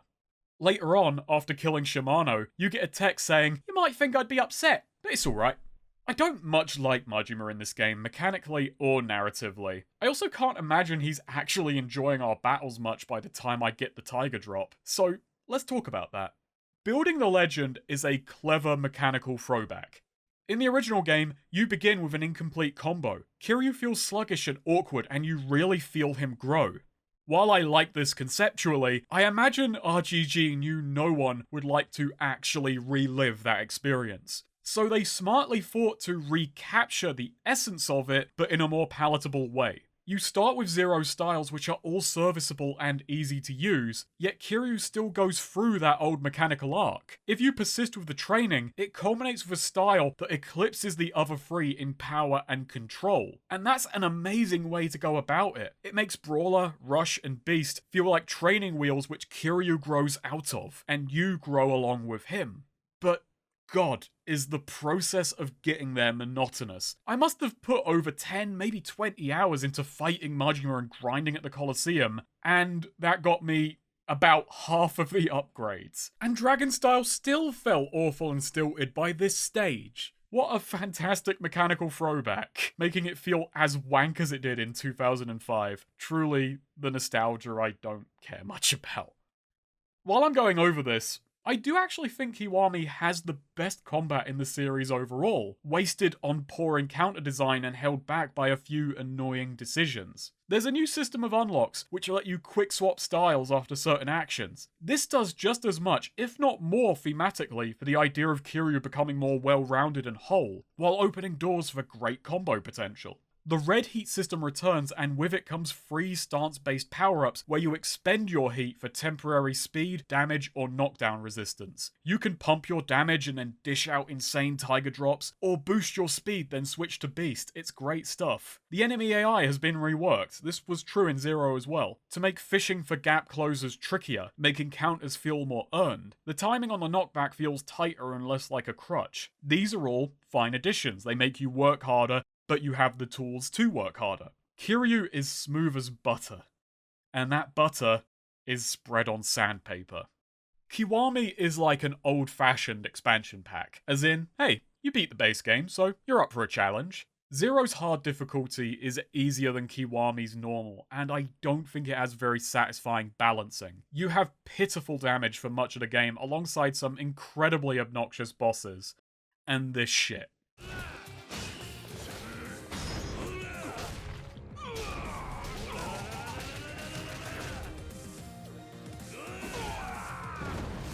Yeah, everyone complained about this. I don't mind it too much, but since heat moves do less damage on repeat, everything can grind to a halt. The whole game feels sluggish. The thing is, I've felt for ages that I wish battles in the Yakuza series would last longer, particularly bosses. I wanted drag-out brawls, and this gives me what I want in the worst way possible.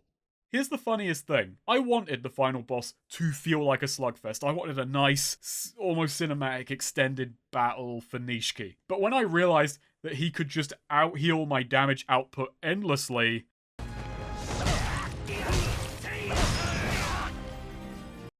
I'd feel bad, but if you think about it, he did alright for a carp. See, here's the thing about that. Landing a tiger drop is endlessly satisfying to me. That just kicks the dopamine receptors in my head right off. It tiger drops my brain into satisfaction. But I just felt like I was doing tiger drops, and I wasn't feeling rewarded. I was feeling like, thank God this will actually be over sooner. So, yeah. Great combat. Kiryu controls brilliantly, and I wish it wasn't in KIWAMI. While I said KIWAMI lacks the original's grit, coming back to the time period of Yakuza 1, 5 years since that review with a lot more knowledge about not just the series, but the historical context of both the real world and Yakuza, KIWAMI does actually have a unique strength in its sub-stories, which is probably not intentional, but I felt it. In Zero, Kamurocho feels gritty but lively. In KIWAMI, it's dingy. In the original, the simplistic sub-stories were filled with small-time crooks and scammers pulling rather stock cons. This was the first go-around, so it didn't really need weird and inventive diversions, just an exploration of the criminal underworld. In KIWAMI, coming right off of Zero, many of these sub-stories remain and a lot of them are untouched. And some of these wind up working in a strange way, though they do feel very half-baked compared.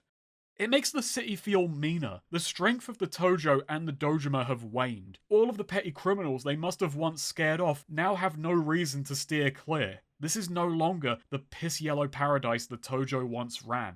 On the contrary, Kamurocho in KIWAMI I find deeply fascinating. It's no longer the dangerous but exciting place to be it was in 88, but it hasn't been gentrified into the more upmarket destination it will become later in the series. It's in a depressing slump. Well, a literal depression. And it's great. It makes me gel with Kiryu in a new way. He's come back to his town. The party is over, but turns out no one's actually bothered to tidy up yet. In fact, the rats are busy picking away at the crumbs. The power he once fought in service of has collapsed, and this town is in the gutter. It makes me, funnily enough, makes me nostalgic for Zero and how things used to be, but also makes me feel like Yeah, some people need to come along and rip the dying soul out of this place. Gentrify it so it can at least die pretty.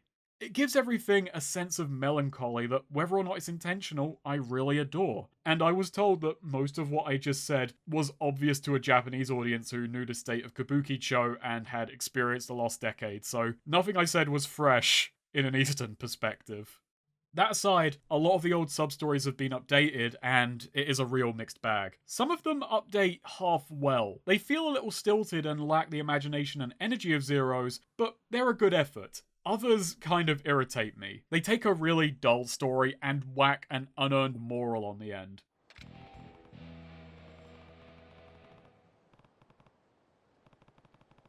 This joke worked in Zero because the sub-stories were building to these morals as a punchline, and it was occasionally leaned in on. How wonky and contrived the lesson was part of the gag.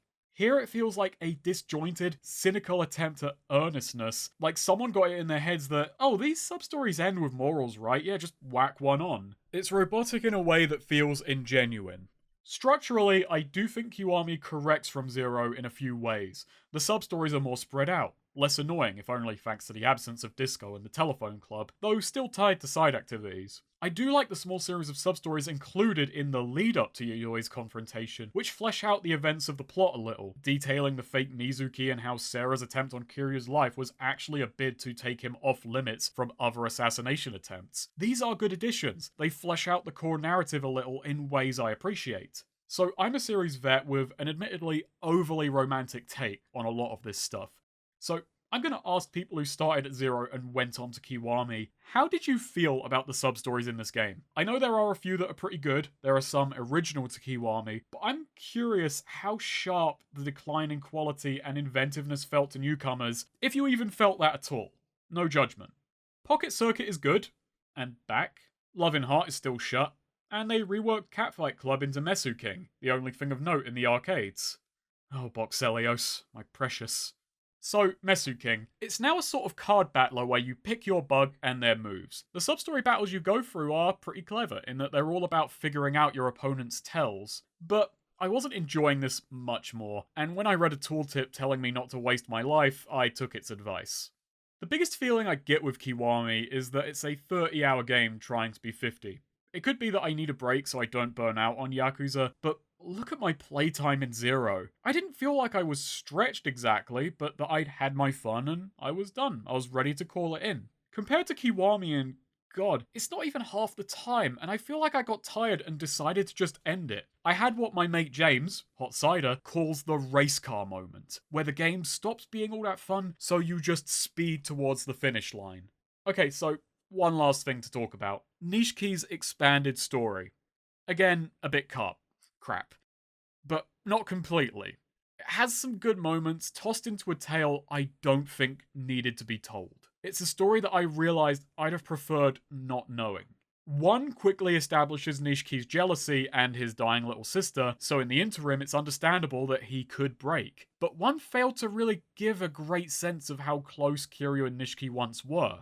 Zero fills that gap wonderfully, showing who he was to Kiryu before jealousy had gotten the best of him, before Kiryu started making his way up the ladder faster. It shows how much the two did care for each other, and it feels real and earnest, but also shows Nishiki's vulnerabilities, making it clear that as time goes on, these negative qualities will overtake the good. With just Zero, you are equipped to understand Nishiki's fall from grace and why it's so meaningful when you play 1. KIWAMI showing exactly how it then went on to happen feels like it's not confident in that characterization. It's details for the sake of details, and it doesn't help that for the most part it's a very awkward story which to me just served to make Nishiki come off as ridiculous.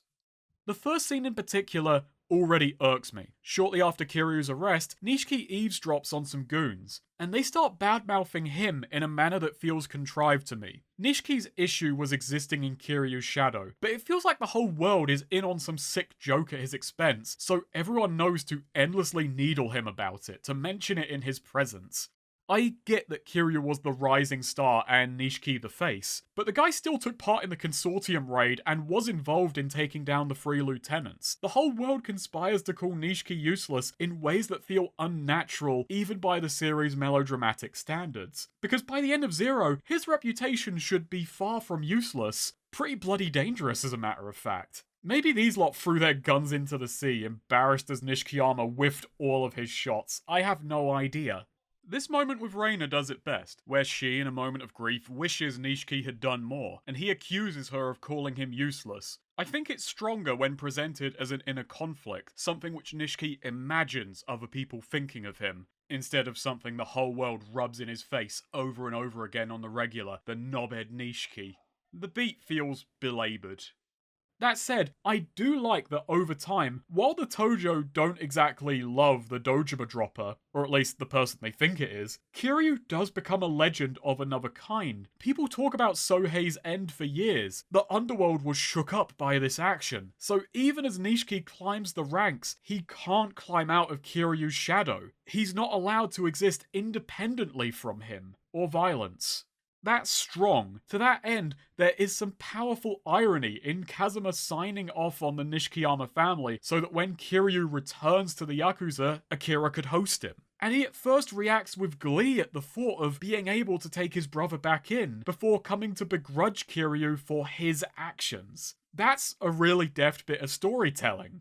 In fact, I feel like that's all I needed. I just needed more implication. Then, Genius Kazuma, as a test of character, gives Nishikiyama some of the least respectful goons in the world. They're good at their jobs, but need a confident leader who they can respect to keep them in line. And Nishikiyama falls pretty short.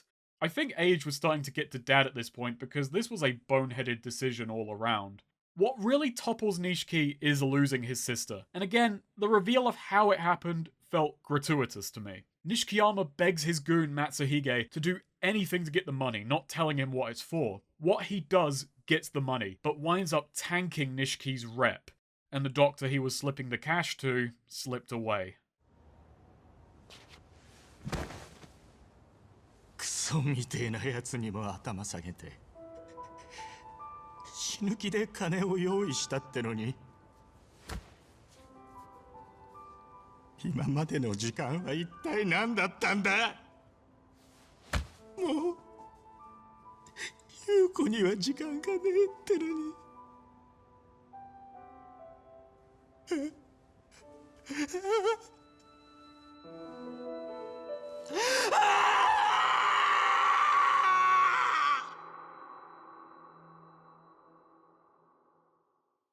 That is a strong individual moment, more good pained voice acting from Nakaya, but it's mean-spirited to a point that feels absurd, almost tactless. As Nishiki prepares to take his own life, Matsuhige winds up offering his.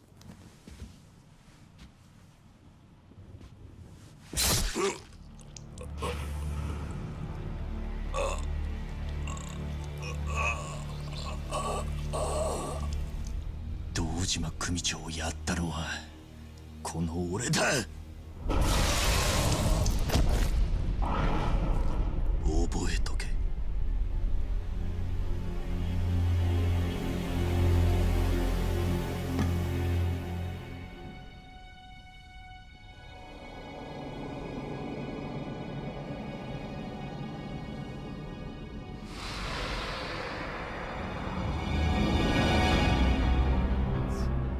And I burst out laughing. In a flash of inspiration, Nishikiyama sees the light. Yagami. Now that he's killed a couple people, may as well keep going and reach the top. 俺は必ずてっぺんに立ってやる。そのためなら何人だろうがぶっ殺してやる。 And I burst out laughing again. It's super villainous, it's daft. It doesn't really follow from the jealousy and feelings of worthlessness which were the driving forces of his story. It does build from zero and crossing the line, but it doesn't do it for me. So yes, I think not knowing any of this makes Nishikiyama a better character. I don't need to know what pushed him over the edge because I knew everything I needed to understand why he would fall. Okay, let's wrap this up. I don't think KIWAMI is a bad game, just that it does very little for me.